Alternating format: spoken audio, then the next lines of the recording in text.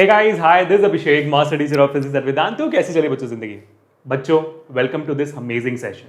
आज हम करने वाले हैं आपके इलेक्ट्रिक चार्जेस एंड फील्ड्स का पूरा वन शॉट। तो ये एक्चुअली में अभी हमारा जो सेकंड चैप्टर वो चल रहा है इलेक्ट्रिक क्या कहते हैं क्लास 12 का। उसके बीच में मैं ये क्यों डाल रहा हूँ, क्योंकि आपके मिड टर्म्स आ रहे हैं। तो मैंने सोचा कि आप लोग के लिए वन शॉट बहुत काम आएगा और आपके बाकी और भी एग्जाम्स आएंगे, तो मैं पैरेलली साथ साथ में वन शॉट्स भी करते हुए जाऊंगा आप लोगों के लिए, ताकि आपके लिए जब मैं टॉपिक बाय टॉपिक पढ़ाऊँ तब वन शॉट्स भी रहे, ताकि आप प्रिपेयर करते रहो, आपके प्रिपरेशन में कोई प्रॉब्लम ना रहे। ठीक है, तो आज का ये सेशन पूरा का पूरा वन शॉट है, जहां पर एक ही वक्त पे, मतलब मेरे को लगता है कि शायद 45 to 50 मिनट्स में ये पूरा चैप्टर एक्चुअली कंप्लीट हो सकता है। ठीक है, बस मेरी एक रिक्वेस्ट है आपसे, वो क्या मैं बताऊंगा, बट हाँ 45 to 50 मिनट्स में इस पूरे चैप्टर में हम करने क्या क्या वाले, क्या क्या कंप्लीट करेंगे, लेट्स फिगर इट आउट। पहले हम इलेक्ट्रिक चार्ज कंप्लीट कर लेंगे, ठीक है। फिर हम बात करेंगे इलेक्ट्रिक फील्ड के बारे में, इलेक्ट्रिक फील्ड लाइंस के बारे में, कूलम्स लॉ के बारे में। उसके बाद फिर आपका हो जाएगा उसके बाद इलेक्ट्रिक फ्लक्स आ जाएगी। फिर आपका आएगा ये डाइपोल मोमेंट और डाइपोल क्या होता है। फिर टॉर्क ऑन अ डाइपोल आ जाएगा इन अ यूनिफॉर्म इलेक्ट्रिक फील्ड। उसके बाद फिर आपका आ जाएगा कॉन्सेप्ट ऑफ गॉस लॉ और एप्लीकेशंस ऑफ गॉस लॉ। ये सारा का सारा जो टॉपिक है वो अभी आज कंप्लीट होने वाला है।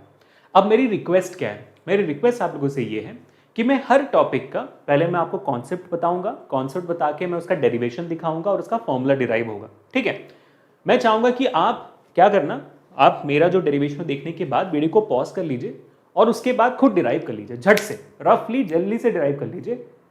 उससे क्या होगा कि आपका इमीडिएटली पूरा चैप्टर खत्म हो जाएगा।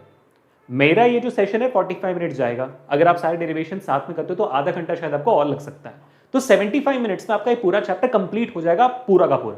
उसके बाद आप फिर क्या कर सकते हो, हमारे इस वीडियो के डिस्क्रिप्शन में you will have the entire playlist for class 12। तो ये जो सेशंस मैंने टॉपिक बाय टॉपिक आपको बताया, उसके इंडिविजुअल सेशंस पे, जहां पर मैंने हर टॉपिक के बाद उससे रिलेटेड एनसीईआरटी के सवाल और पीवाईक्यूज कंप्लीट किए हुए हैं। इनफैक्ट टॉप 10 पीवाईक्यूज भी करवाए हुए हैं इस चैप्टर से आपके नीट के लिए। तो आप वो जाकर प्रैक्टिस कर सकते हो, ताकि आपका एनसीईआरटी भी पूरा हो जाए और आपका पीवाईक्यूज भी हो जाए।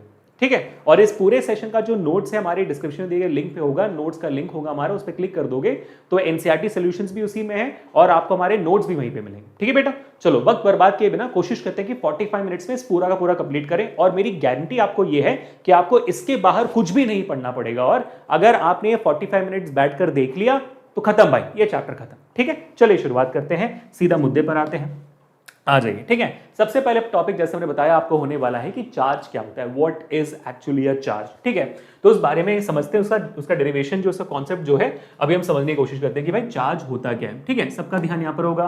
तो देखिए होता क्या है, चार्ज को डिफाइन करने के लिए हम क्या करेंगे, पहले ना दो इलेक्ट्रोड्स रख देंगे। क्या करेंगे, दो इलेक्ट्रोड्स रखेंगे। इलेक्ट्रोड है आपका, एक पॉजिटिव इलेक्ट्रोड, एक नेगेटिव इलेक्ट्रोड है। आप जानते हैं इस बारे में 11 से पढ़ते आ रहे हो। ठीक है, पॉजिटिव इलेक्ट्रोड है, नेगेटिव इलेक्ट्रोड है। फिर मैं क्या करूंगा, एक चार्ज को, ठीक है, एक चार्ज को मैं ऐसे ऊपर की तरफ फेंकूंगा। ठीक है, मैं ऐसे ऊपर की तरफ ऐसे लॉन्च करूंगा। आप देख रहे हो धुआं पूरा लॉन्च हो रहा है। अगर वो जो चार्ज है, अगर वो जो मैटर है जो मैं ऊपर की तरफ फेंक रहा हूं, ठीक है, वो अगर पॉजिटिव की तरफ या नेगेटिव की तरफ, या तो पॉजिटिव इलेक्ट्रोड की तरफ या नेगेटिव इलेक्ट्रोड की तरफ अट्रैक्ट होते हैं, तो उन मैटर को हम चार्ज कहते हैं। क्या कहते हैं, उन मैटर को हम चार्ज कहते हैं। ठीक है, सो what is the definition of a charge? Our charge is defined by the action that it performs when it is in an electric field. जब एक मैटर इलेक्ट्रिक फील्ड में होता है, जिस तरीके से वो बिहेव करता है, उस प्रॉपर्टी को मैटर के हम कहते हैं चार्ज। ठीक है, उस प्रॉपर्टी को हम मैटर कहते हैं चार्ज। तो अगर वो जो प्रॉपर्टी है वो पॉजिटिव की तरफ उस मैटर को ले जाता है तो एक नेगेटिव चार्ज बन जाता है, और अगर वो प्रॉपर्टी उस मैटर को नेगेटिव के पास ले जाता है तो पॉजिटिव चार्ज बन जाता है। इसी वजह से आपके पास दो चार्जेस होते हैं, एक होता है पॉजिटिव चार्ज और एक होता है नेगेटिव चार्ज। अब आपने क्लास 8 से पढ़ा हुआ है कि positive charges, sorry, the like charges will ripple each other, like charges will ripple each other and unlike charges will attract each other. तो ये होता है आपका चार्ज और ये होता है आपके टाइप्स ऑफ चार्ज। ठीक है, आगे बढ़ते हैं। और अब बात आती है कि यार कोई भी जो चीज है वो पॉजिटिव कैसे बनती है, नेगेटिव कैसे बनती है। सिंपल सी बात है, ये है आपका सिलेंडर नंबर ए। ठीक है, सिलेंडर ए है ये। अगर आप सिलेंडर ए की बात करोगे तो उसमें आप देखोगे मेरे पास 1 2 3 4 5 6 पॉजिटिव चार्जेस हैं, 1 2 3 4 5 6 नेगेटिव चार्जेस हैं। तो इसमें number of positive charges is equal to the number of negative charges. तो क्या हो जाएगा, दोनों कैंसिल आउट हो जाएंगे। करेक्ट है, तो जब आपके किसी भी सिस्टम में या किसी भी मैटर में नंबर ऑफ चार्जेस इक्वल होते हैं पॉजिटिव नेगेटिव, तो हम उनको न्यूट्रल कहते हैं कि आप बोलोगे ये सिलेंडर न्यूट्रल है, इसमें कोई पॉजिटिव चार्ज नहीं है, इसमें कोई नेगेटिव चार्ज नहीं है, नेट चार्ज इसमें 0 है, ये आपका न्यूट्रल बन जाता है। वहीं पे अगर मान लीजिए सिलेंडर बी है आपका और किसी कारण अवशात आपका यहां पर नेगेटिव चार्जेस बाहर आ जाते हैं, ठीक है, मान लो 6 पॉजिटिव चार्जेस हैं और मैंने यहां पर क्या मान किया कि भाई इस कंडक्टर के अक्रॉस मैंने एक बैटरी लगा दी, तो बैटरी क्या करेगा, आपके नेगेटिव चार्जेस को खींच के बाहर निकाल देगा, नेगेटिव चार्जेस को घुमाने लगेगा करंट के लिए, तो क्या होगा, नेगेटिव चार्जेस बाहर आ गई, तो इसमें number of negative charges positive charges से कम हो गई है, करेक्ट है। तो ये फिर ये इलेक्ट्रॉन क्या बन जाएगा, क्योंकि इसने इलेक्ट्रॉन को लूज कर दिया है, ये पॉजिटिव चार्ज बन गई है। क्यों, क्योंकि इलेक्ट्रॉन्स नेगेटिव होते हैं, तो जैसे इलेक्ट्रॉन्स को लूज कर दिया तो ये पॉजिटिव बन चुकी है, इसलिए ये जो वाला आपका बॉडी है सिलेंडर है, ये पॉजिटिवली चार्ज बॉडी या पॉजिटिवली चार्ज सिलेंडर बन जाता है, ठीक है। और वैसे ही अगर मान लीजिए कि ये जो इलेक्ट्रॉन्स यहां से निकले वो इसके पास वाले किसी और सिलेंडर में जाकर बैठ गए, तो आप देखो यहां पर 6 पॉजिटिव चार्जेस है, लेकिन यहां पर 2 4 6 8 10 12 नेगेटिव चार्जेस है, दो जो यहां से निकले थे वो यहां पर आ गए, तो यहां पर क्या हुआ, the amount of negative charges becomes more than the amount of positive charges, तो वो जो बॉडी है वो नेगेटिव बन जाती है, so it becomes negatively charge body, ठीक है। बात समझ में आ गया आपको कि भाई कोई बॉडी पॉजिटिव या नेगेटिव कैसे होती है, आपका इलेक्ट्रिक चार्ज क्या होता है, डेफिनेशन सब कुछ समझ में आ गया, क्लियर हो गया। चलो अब आगे बढ़ते हैं और बात करते हैं कि चार्जेस के प्रॉपर्टीज क्या होते हैं। ये जो प्रॉपर्टीज हैं वो भी बहुत इंपॉर्टेंट है, प्लीज ध्यान से सुनेगा। 3 प्रॉपर्टीज है बेसिकली। पहला आपका है कंजर्वेशन ऑफ चार्ज, ठीक है, कंजर्वेशन ऑफ चार्ज कहते हैं। तो सबसे सिंपल उसका डेफिनेशन यह है, जैसे आपने कंजर्वेशन ऑफ मास सीखा हुआ है, कंजर्वेशन ऑफ एनर्जी सीखा हुआ है, एग्जैक्टली वैसे क्या है conservation of energy, energy can not be created, can not be destroyed, it can only go from one form to another, है ना। वैसे ही यहाँ पर आपको चार्ज के लिए भी बोलना होता है कि charge can not be created not be destroyed, it the total charge in a system is always conserved. और चार्जेस भी, जैसे आप कंघी उठाते हो, कंघी मतलब बहुत सारे एक्सपेरिमेंट्स आपने यूट्यूब में देखोगे, भाई पेपर के टुकड़े करके टेबल पर रख दिए और कंघी यूज करके उसके पास ले गए, तो अचानक से 4 जांघियां उनके बीच में और पेपर चिपकने लगे कोम्ब में, है ना। तो चार्ज थोड़ी अचानक से कहीं से आया, आपने जब कंघी किया तो हो सकता है कि आपके बालों में से इलेक्ट्रॉन्स आपके कंघी पे चिपक गए होंगे, है ना, और आपके जो बालों में है वो वहां पे पॉजिटिव हो गया होगा और आपके कंघी भी नेगेटिव हो गया होगा, ठीक है। फिर आप जब इसको पेपर के पास लेकर आए तो नेगेटिव चार्जेस जम करके पेपर के गए होंगे और फिर आपका वो चिपक गया होगा, तो that is what has happened. तो यहां पर आप देख रहे हो टोटल चार्जेस पूरे सिस्टम में कंजर्व्ड है, सेम है, वो बदल नहीं रहा, बस यहां से वहां जा रहा है, वहां से यहां जा रहा है, लेकिन टोटल चार्ज सेम रह रहा है। इसी को हम कहते हैं कंजर्वेशन ऑफ चार्ज। और ये जो 3 प्रॉपर्टीज है, ये 3 प्रॉपर्टीज आपको 3 मार्क्स के लिए आ सकते हैं आपके एग्जामिनेशन में, ठीक है। अब नेक्स्ट जो होता है वो होता है एडिटिविटी ऑफ चार्ज। अब ये एडिटिविटी ऑफ चार्ज क्या होता है, बहुत सिंपल। तो मान लो कि अगर आपका ये सिस्टम है, ठीक है, एक आपका ऐसे प्यारा सा सिस्टम बन गया, यानी कि एक ऐसा जगह बन गया जिसके अंदर मान लीजिए बहुत चार्जेस हैं, ये चार्ज Q1, यहाँ पर Q2, यहाँ पर Q3, यहाँ पर Q4, ये आपका नंबर ऑफ चार्जेस। और मान लो इसमें n नंबर ऑफ चार्जेस, कितने हैं भाई, there are n number of charges, Qn तक आपके पास n नंबर ऑफ चार्जेस है। तो अगर मैं आपसे पूछूं कि इस पूरे सिस्टम में कितने चार्ज है, तो आप क्या बोलोगे, आप सिंपल तरीके से ये बोलोगे कि भाई the total charge in this system is the algebraic sum of individual charges, ठीक है। द टोटल चार्ज, ठीक है, टोटल चार्ज में बोल रहा हूं, total charge in a system is equal to the number of is the sum of all the individual charges, sum of all individual charges। ये होता है आपका एडिटिविटी ऑफ चार्ज, बहुत सिंपल, ठीक है, बहुत सिंपल। तो यहाँ पे मैं क्या करूंगा, मैं यहाँ पर सिंपल तरीके से Q1 को Q2 से Q3 से और ये जाता रहेगा टिल Qn मैं ऐड कर दूंगा, तो ये आपका हो जाएगा एडिटिविटी ऑफ चार्ज, ठीक है। दोबारा बताता हूँ क्या है, the net charge in a system is equal to the total or is the algebraic sum of all the individual charges, ठीक है। अब आती है तीसरी प्रॉपर्टी, सबसे ज्यादा इंपॉर्टेंट है, और वो है आपका क्वांटाइजेशन ऑफ चार्ज। अब ये जो आपका क्वांटाइजेशन वर्ड है, इसका क्या मतलब होता है, क्वांटाइजेशन, ये जो वर्ड है ना, ये आपने पहले सुना होगा फ्रॉम क्वांटिटी, है ना। क्वांटाइजेशन पहले आपने सुना होगा कि आपने ये वर्ड देखा होगा क्वांटिटी, इसके अलावा कोई और वर्ड आपने इस टर्म से तो नहीं देखा होगा, ठीक है। तो और जानने की जरूरत भी नहीं है, यही है quantization of charge is nothing but, quantization of charge के बदले क्वांटाइजेशन ऑफ अभिषेक भी हो सकता है, क्वांटाइजेशन ऑफ नीड भी हो सकता है। क्वांटाइजेशन का मतलब क्या होता है, किसी भी चीज को क्वांटिटी में बदलना, ठीक है। तो अभिषेक को क्वांटिटी में बदलना, कितने अभिषेक है, 3।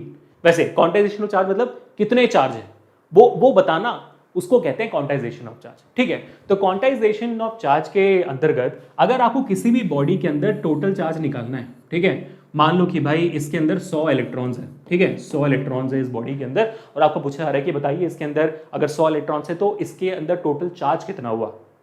तो आप सिंपल तरीके से बोल सकते हो the total charge in this system, the total charge in this system is equal to the integral multiple of the charge of an electron. यानी कि यहां पर आप क्या बोल रहे हो, यहां पर 100 इलेक्ट्रॉन है तो n क्या हो जाएगा, n है नंबर ऑफ इलेक्ट्रॉन्स, n क्या है आपका नंबर ऑफ इलेक्ट्रॉन्स। ठीक है, इस सिस्टम में कितना है 100 इलेक्ट्रॉन, 100 लिख दिया, into charge of electron, charge कितनी होती है इलेक्ट्रॉन की 1.6 इंटू 10⁻⁻19 कूलम। अब मल्टीप्लाई कर दोगे जो वैल्यू आपकी आएगी वो टोटल चार्ज हो जाएगा। तो अगर आप मल्टीप्लाई करते हो तो ये बन जाता है 1.6 इंटू 10⁻⁻17 कूलम। मैंने 100 को यहाँ पे पावर में इक्वेट कर दिया। ठीक है, तो क्या होती है क्वांटाइजेशन ऑफ चार्ज, चार्जेस की क्वांटिटी बताना। ठीक है, और कैसे बताते हो आप, Q is equal to n into, जहां पे n is the number of electrons and E is the charge of an electron. अब ये नंबर आपको सवाल में दिया जाएगा, E की वैल्यू आपको पता है, बस निकाल देना वैल्यू। ठीक है, चलो ये हो गया आपकी प्रॉपर्टीज ऑफ चार्ज, और इसी के साथ आपका चार्ज का कॉन्सेप्ट कंप्लीट होता है, कुछ नहीं है। और इसके बाद अब बात आती है कूलम्स लॉ, बहुत बहुत इंपॉर्टेंट कॉन्सेप्ट, और इसके ऊपर का डेरिवेशन भी एक्सट्रीमली इंपॉर्टेंट। प्लीज ध्यान दीजिए हम किस बारे में बात करने वाले हैं। ठीक है बेटा, अब कूलम्स लॉ क्या होती है। कूलम्स लॉ ना आपके क्लास 9th में आपने सीखा था ग्रेविटेशन, क्लास 11th में भी आपने सीखा था ग्रेविटेशन। तो यूनिवर्सल लॉ ऑफ ग्रेविटेशन अगर आपको याद है तो क्या बताया था न्यूटन जी ने, क्या बताया था न्यूटन जी ने, बताया था कि बबुआ अगर आपके पास दो ऑब्जेक्ट है तो दो ऑब्जेक्ट एक दूसरे को अट्रैक्ट कर रहे होंगे। मान लीजिए एक बड़ा ऑब्जेक्ट है और एक छोटा ऑब्जेक्ट है, तो बड़े ऑब्जेक्ट का मास m1 है, छोटे ऑब्जेक्ट का मास m2 है, और इन दोनों के बीच में डिस्टेंस है मान लीजिए r। ठीक है, तो इनके बीच में जो ये अट्रैक्टिव फोर्स होगा ना उसकी वैल्यू कैसे निकाली थी आपने बोला था कि F अगर मान लो ग्रेविटेशनल फोर्स है तो F is proportional to the product of their masses m1 into m2, F is inversely proportional to r square, ये आपने किया था। फिर आपने कंबाइन कर दिया था तो F became proportional to m1 m2 upon r square. फिर आपने इस प्रोपोर्शनलिटी सिंबल को बाहर निकाला, G डाला था, तो फॉर्मूला बन गया था सबसे famous F is equal to G mm upon r square. इस फॉर्मूला ने आपको क्लास 11 में बहुत परेशान किया होगा, तो F is equal to G mm upon r square बन गया था। अब G क्या थी, यूनिवर्सल ग्रेविटेशनल कांस्टेंट जिसकी वैल्यू थी 6.67 into 10⁻⁻11 newton metre square per KG square, ये था आपका G। तो ऐसे आपने डिराइव किया था। ऐसे ही कूलम जी ने डिट्टो कॉपी करके चार्जेस के लिए निकाला। जैसे कि हम जानते हैं positive charges ripple each other, कितने फोर्स से, negative charges ripple each other, कितने फोर्स से, क्या कौन बताएगा वहां पे फोर्स, कौन बताएगा। Negative positive charge attract each other, कितने फोर्स है, कौन बताएगा वहां पे फोर्स, न्यूटन जी तो नहीं बता रहे, तो कूलम जी ने बताया। इसी वजह से इसको हम कहते हैं कूलम्स लॉ। तो कूलम जी ने क्या बताया, अगर दो चार्जेस साथ पे रखे हुए हैं, पॉजिटिव या नेगेटिव, पॉजिटिव नेगेटिव, तो उन दोनों के बीच में जो अट्रैक्टिव फोर्स होगा या रिपल्सिव फोर्स होगा वो कितना होगा, ये कूलम्स लॉ ने बताया। ठीक है, तो क्या था वो, तो उन्होंने सेम क्या किया भाई, दो चार्ज को उठाया, मासेस के बदले हमने Q1 Q2 दोनों के चार्ज ले लिए। मान लीजिए एक चार्ज Q1 है, दूसरा चार्ज Q2 है। Q1 Q2 में से पॉजिटिव हो सकते हैं, नेगेटिव हो सकते हैं, कुछ भी हो सकता है, यहाँ पे फर्क नहीं पड़ता हमें। And both of them are separated by distance r। ठीक है, both of distance by separated, exactly वहां पे देखो डायग्राम एक तो मैच कर रहा है, इसलिए ग्रेविटेशन वाला याद है तो ये भी याद हो जाएगा। ओके, फिर कूलम जी ने बोला एग्जैक्टली वैसे, बस यहाँ पर फोर्स जो है वो इलेक्ट्रोस्टैटिक फोर्स है। यहाँ पे जो फोर्स है उसको हम कूलम्स फोर्स बोल सकते हैं या इलेक्ट्रोस्टैटिक फोर्स बोल सकते हैं, आपकी मर्जी। अगर आपको कूलम जी ज्यादा पसंद है तो कूलम फोर्स बोलिए, इलेक्ट्रिसिटी ज्यादा पसंद है तो इलेक्ट्रोस्टैटिक फोर्स बोलिए। तो F becomes proportional to Q1 into Q2, है ना, मतलब भाई जितना बड़ा चार्ज होगा उतना ज्यादा फोर्स होगा दोनों के बीच में, तो F proportional to Q1 into Q2, और F is inversely proportional to r square. मतलब भाई आप इस चार्ज को यहाँ रखो, इस चार्ज को यहाँ पे रख दो, है ना, तो दोनों थोड़ी अट्रैक्ट करेंगे, दूर है ना बहुत, तो जितना दूर जाएगा फोर्स उतनी कम हो जाएगी, जितने पास आओगे प्यार उतना बढ़ेगा। तो F is inversely proportional to r square. Exactly देखो डिट्टो कॉपी हो रहा है, यहाँ पर डिट्टो कॉपी हो रहा है। ठीक है, फिर आपने दोनों कंबाइन कर लिया, आपने बोला F is proportional to Q1 Q2 upon r square कर दिया। अब वहां पे जैसे आपने G डाला था, यहां पर भी इस प्रोपोर्शनलिटी सिंबल को निकाल के कांस्टेंट डालना है, तो हमने यहां पर डाल दिया K। ठीक है, हमने यहां पर डाल दिया K। So F is equal to K Q1 Q2 upon r square. इसको प्लीज नोट डाउन कर लीजिए, ये कूलम्स लॉ का सबसे इंपॉर्टेंट फॉर्मूला है, इस चैप्टर का one of the most important formula है। इस फॉर्मूला के थ्रू ही आप दो चार्जेस के बीच में फोर्स निकाल सकते हो, वरना नहीं निकाल सकते हो। ठीक है, प्लीज नोट डाउन कर लीजिए, बहुत इंपॉर्टेंट फॉर्मूला आपको मैंने बता दिया। ठीक है, F is equal to K Q1 Q2 upon r square. In fact आज इस वीडियो के एंड में आप लोगों के लिए एक सरप्राइज भी है, तो रहिएगा जरूर एंड तक। ठीक है, तो ये हो गया बच्चों। ओके, अब इन CGS यूनिट, अगर मान लीजिए CGS यूनिट चल रहा है, यानी कि आपका डिस्टेंस जो है मीटर के बदले सेंटीमीटर में है, फोर्स जो है वो न्यूटन के बदले डाइन में है, ठीक है, तब आपके K की वैल्यू 1 होगी। लेकिन ऑफ कोर्स ये बात है, हम इस चैप्टर में कभी भी सीरियस यूनिट्स की बात नहीं करते हैं, गलती से अगर आगे तो आगे, लेकिन कभी हमने किया नहीं। इवन एनसीईआरटी में कोई सवाल नहीं है जहां पर सीरियस यूनिट इस्तेमाल किया हुआ है। तो अगर ये एसआई यूनिट में है, if it is in SI unit, फिर के की एक वैल्यू होती है। जैसे यहां पर जी की वैल्यू थी 6.6 × 10 पर माइनस, है ना, आपकी वैल्यू थी वहां पर 10 पर माइनस 11 की वैल्यू थी। वैसे ही यहां पर के की भी एक वैल्यू है which is equal to 1/4 pi epsilon naught, 1/4 pi epsilon naught. अब यहां पर 4 आप जानते हो नंबर है, पाई आप जानते हो 3.14 या 22/7, आप जानते हो इस चीज को। एप्सिलॉन नॉट आप पहली बार देख रहे हो इस पूरे जिंदगी में, ठीक है। अब ये एप्सिलॉन नॉट क्या है? एप्सिलॉन नॉट भी एक कांस्टेंट है जिसका नाम है परमिटिविटी ऑफ फ्री स्पेस। क्या नाम है इसका? Permittivity of free space. अब ये क्या होता है बेसिकली आप सेकंड चैप्टर में समझते हो, बट मैं अगर आपको जनरल आइडिया बताऊं, एक खाली जगह में कितनी चार्ज परमिट होती है, कितनी चार्ज यहां वहां बह सकती है आराम से, उसको हम कहते हैं परमिटिविटी ऑफ फ्री स्पेस, ठीक है। तो एप्सिलॉन नॉट की वैल्यू, और एप्सिलॉन नॉट की एक वैल्यू है, कांस्टेंट वैल्यू है 8.854 × 10 पर -12 कूलम स्क्वायर पर न्यूटन मीटर स्क्वायर। ये इसकी एक परफेक्ट वैल्यू है। लेकिन आपको एप्सिलॉन नॉट की वैल्यू से ज्यादा चिंता करने की जरूरत नहीं है। क्यों? क्योंकि 1/4 पाई एप्सिलॉन नॉट जब इसकी वैल्यू निकलती है ना, इसको जब आप सॉल्व कर देते हो तो ऑटोमेटिकली आपके के की वैल्यू आ जाती है। और कितनी आती है? के की वैल्यू आपकी आ जाती है 9 × 10 पर 9। समझ रहे हो इस बात को? तो आपका फॉर्मूला क्या बन रहा है भाई? आपका फॉर्मूला बन रहा है F is equal to K Q1 Q2 upon R square. इसमें आपने के की वैल्यू डाली 1/4 पर एप्सिलॉन नॉट, ठीक है। लेकिन ये जो 1/4 पर एप्सिलॉन नॉट है, इसकी वैल्यू बन जाती है 9 × 10 पर 9। तो बस आपको याद रखना है कि भाई के की वैल्यू इज 9 × 10 पर 9। मेरा formula for Coulomb's law is F is equal to K Q1 Q2 upon R square, और के की वैल्यू 9 × 10 पर 9। बस मेरे को इतना याद रखना है, कुछ और नहीं रखना। मेरे को 1/4 पर एप्सिलॉन नॉट याद रखो, मैं कहूंगा, क्योंकि आगे सारे चैप्टर्स में यही आएगा। बट हाउएवर पहले चैप्टर के लिए आप ये बोल सकते हो F is equal to K Q1 Q2 upon R square. के क्या है? 1/4 पर एप्सिलॉन नॉट, और 1/4 पर एप्सिलॉन नॉट की वैल्यू क्या है? 9 × 10 पर 9। एप्सिलॉन नॉट की वैल्यू क्या है? 8.854 × 10 पर -12। कर लिया हमने सब यार, ठीक है। तो ये हमने फॉर्मूला डिराइव कर दिया, बराबर। तो ये हो जाती है बेटा आपके कूलम्स फोर्स की फॉर्मूला के Q1 Q2 upon R square. इसको प्लीज नोट डाउन कर दीजिए, बहुत ही ज्यादा इंपॉर्टेंट। अब यहां पर देखो, मैंने आप लोगों के लिए 1 मार्क का सवाल भी सॉल्व किया है, जहां पर आपको 1 मार्क का सवाल आ सकता है कि एप्सिलॉन नॉट जो आपका परमिटिविटी ऑफ फ्री स्पेस है, उसका यूनिट डिराइव करिए। वो यूनिट डिराइव करना आप आराम से कर सकते हो फ्रॉम द फॉर्मूला इटसेल्फ। यहां पर आपको पता है कि F इज इक्वल टू 1/4 पर epsilon not Q1 Q2 upon R square, ये फॉर्मूला है इसमें। तो आप क्या करोगे? एप्सिलॉन नॉट को लेफ्ट हैंड साइड पे लाओगे, F को नीचे ला दोगे, ठीक है। 4 पाई का तो कोई यूनिट नहीं होता है, F का न्यूटन होता है, Q1 Q2 कूलम होती है तो कूलम स्क्वायर, R का स्क्वायर होता है मीटर स्क्वायर, तो कूलम स्क्वायर पर न्यूटन मीटर स्क्वायर, ये यूनिट बन जाती है। आप डिराइव भी कर सकते हो, 1 मार्क का सवाल भी आ सकता है, ठीक है, बराबर। चलो ओके भाई, हर दिया हमने सॉल्व। हाँ जी, हाँ। अब यहीं पे एक कूलम का भी डेफिनेशन आ जाता है। सर हम यहां फोर्स निकाल रहे थे, तो हम कूलम का डेफिनेशन क्यों निकाल रहे हैं? क्योंकि ये कूलम्स लॉ है।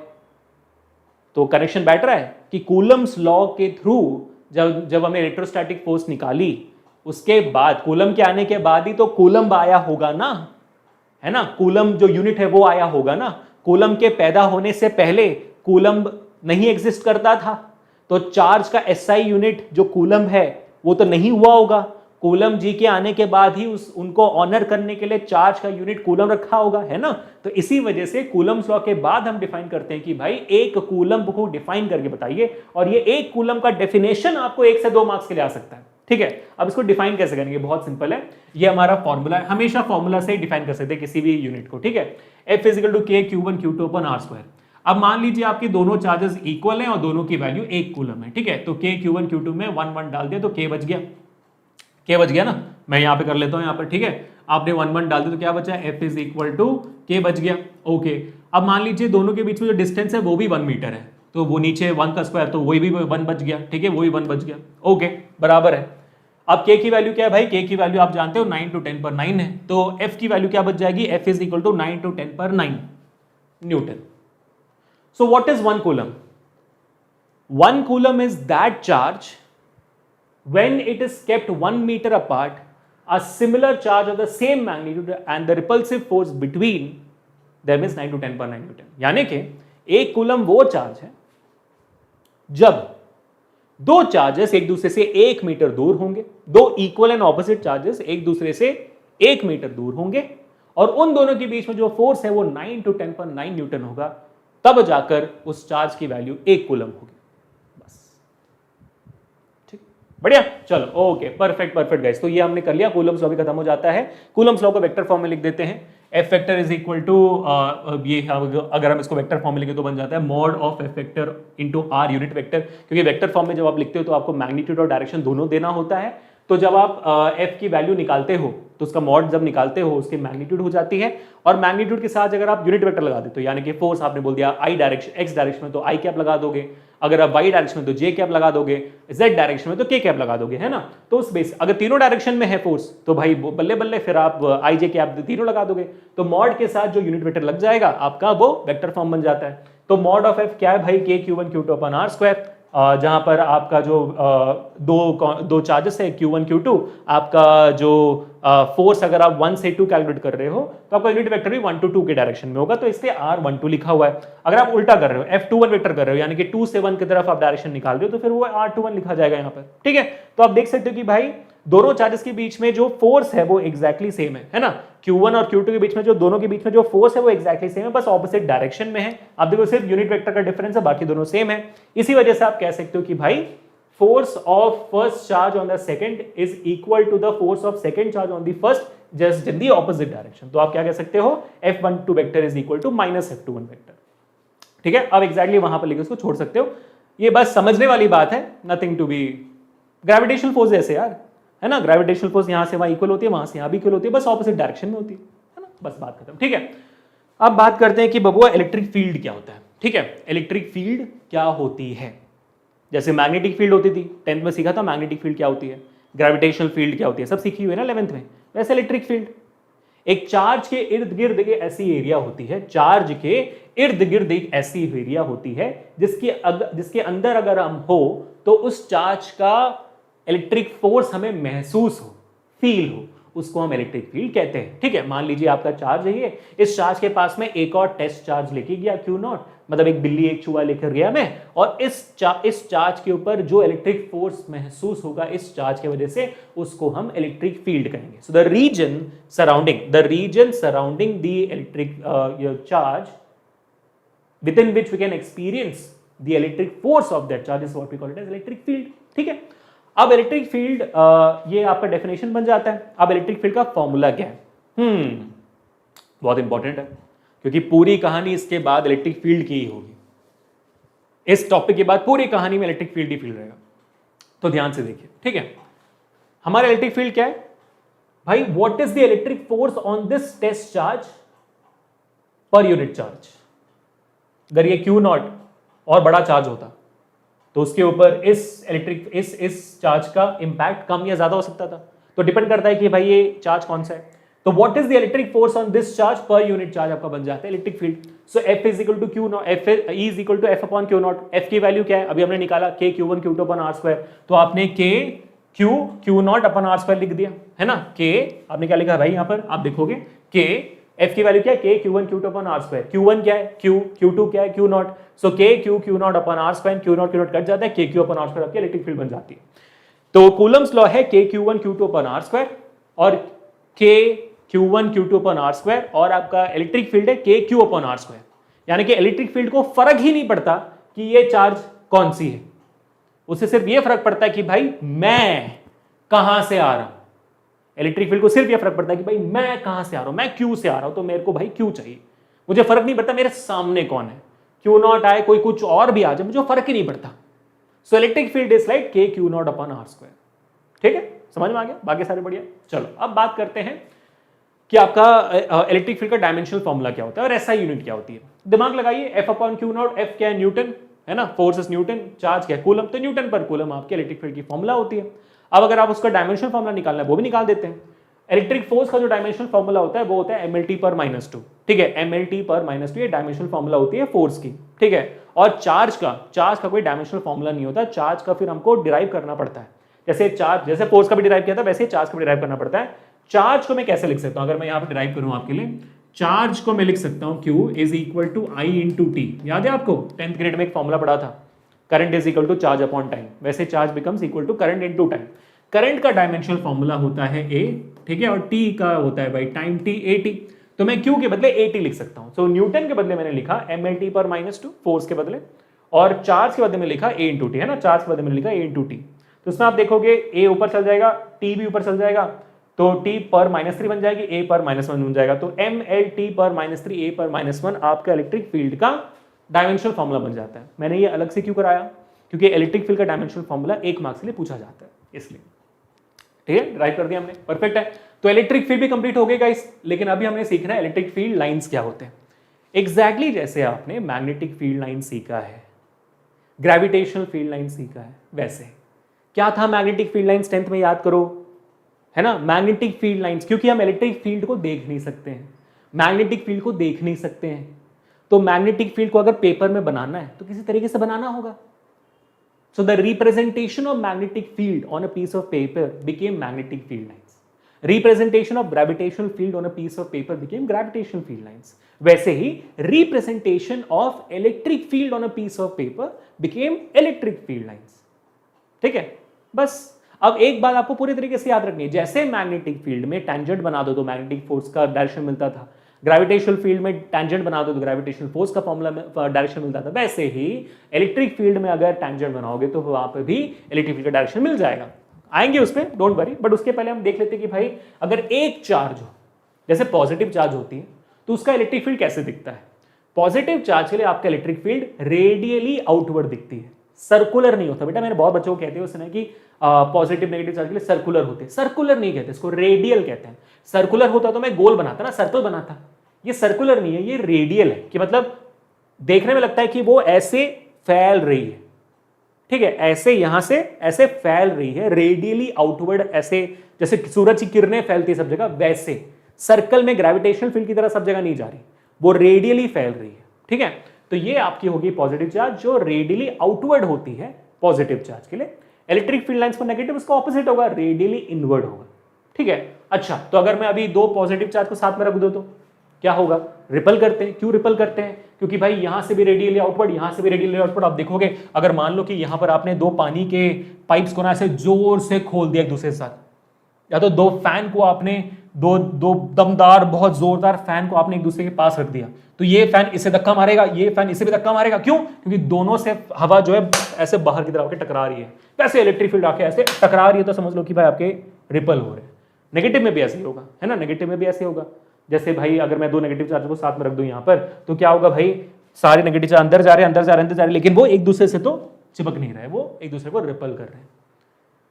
अच्छा सर, अगर मैं एक पॉजिटिव नेगेटिव रख दे तो फिर तो भाई कर लो बात, positive charge radially outward, negative charge radially inward, तो जो भी चार्ज, जो भी इलेक्ट्रिक फील्ड आपके पॉजिटिव से निकलेगी सीधा नेगेटिव हो जाकर अटक जाएगी, क्योंकि वहां से तो अंदर जा रही है, यहां से बाहर आ रही है। सेम बात जैसे मैग्नेटिक फील्ड में होती थी, नॉर्थ पोल से साउथ पोल जाता था, वैसे पॉजिटिव से नेगेटिव चल जाएगी। और हाँ, यहां पर अगर मैं एक टैंजेंट बना दूंगा, अगर मैं इस पॉइंट पे एक टैंजेंट बना दूंगा, तो वो जो टैंजेंट में बनाऊंगा उससे मुझे दिख जाएगा इलेक्ट्रिक फोर्स का direction.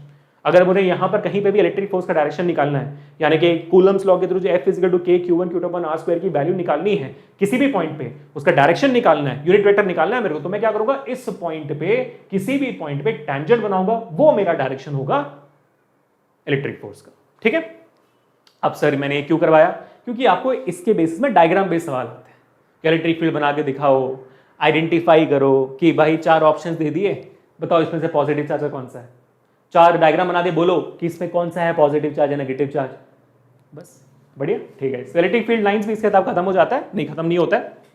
Properties of electric field lines कतई इंपॉर्टेंट, कतई मतलब भाई बहुत ही ज्यादा इंपॉर्टेंट, उसमें भी कुछ प्रॉपर्टीज ज्यादा इंपॉर्टेंट है, तो प्लीज नोट डाउन कर लेना। ठीक है, स्पेशली जो आपका सबसे पहला पॉइंट बताने वाला हूं, ये बहुत इंपॉर्टेंट, इसको आप JSA कर दो।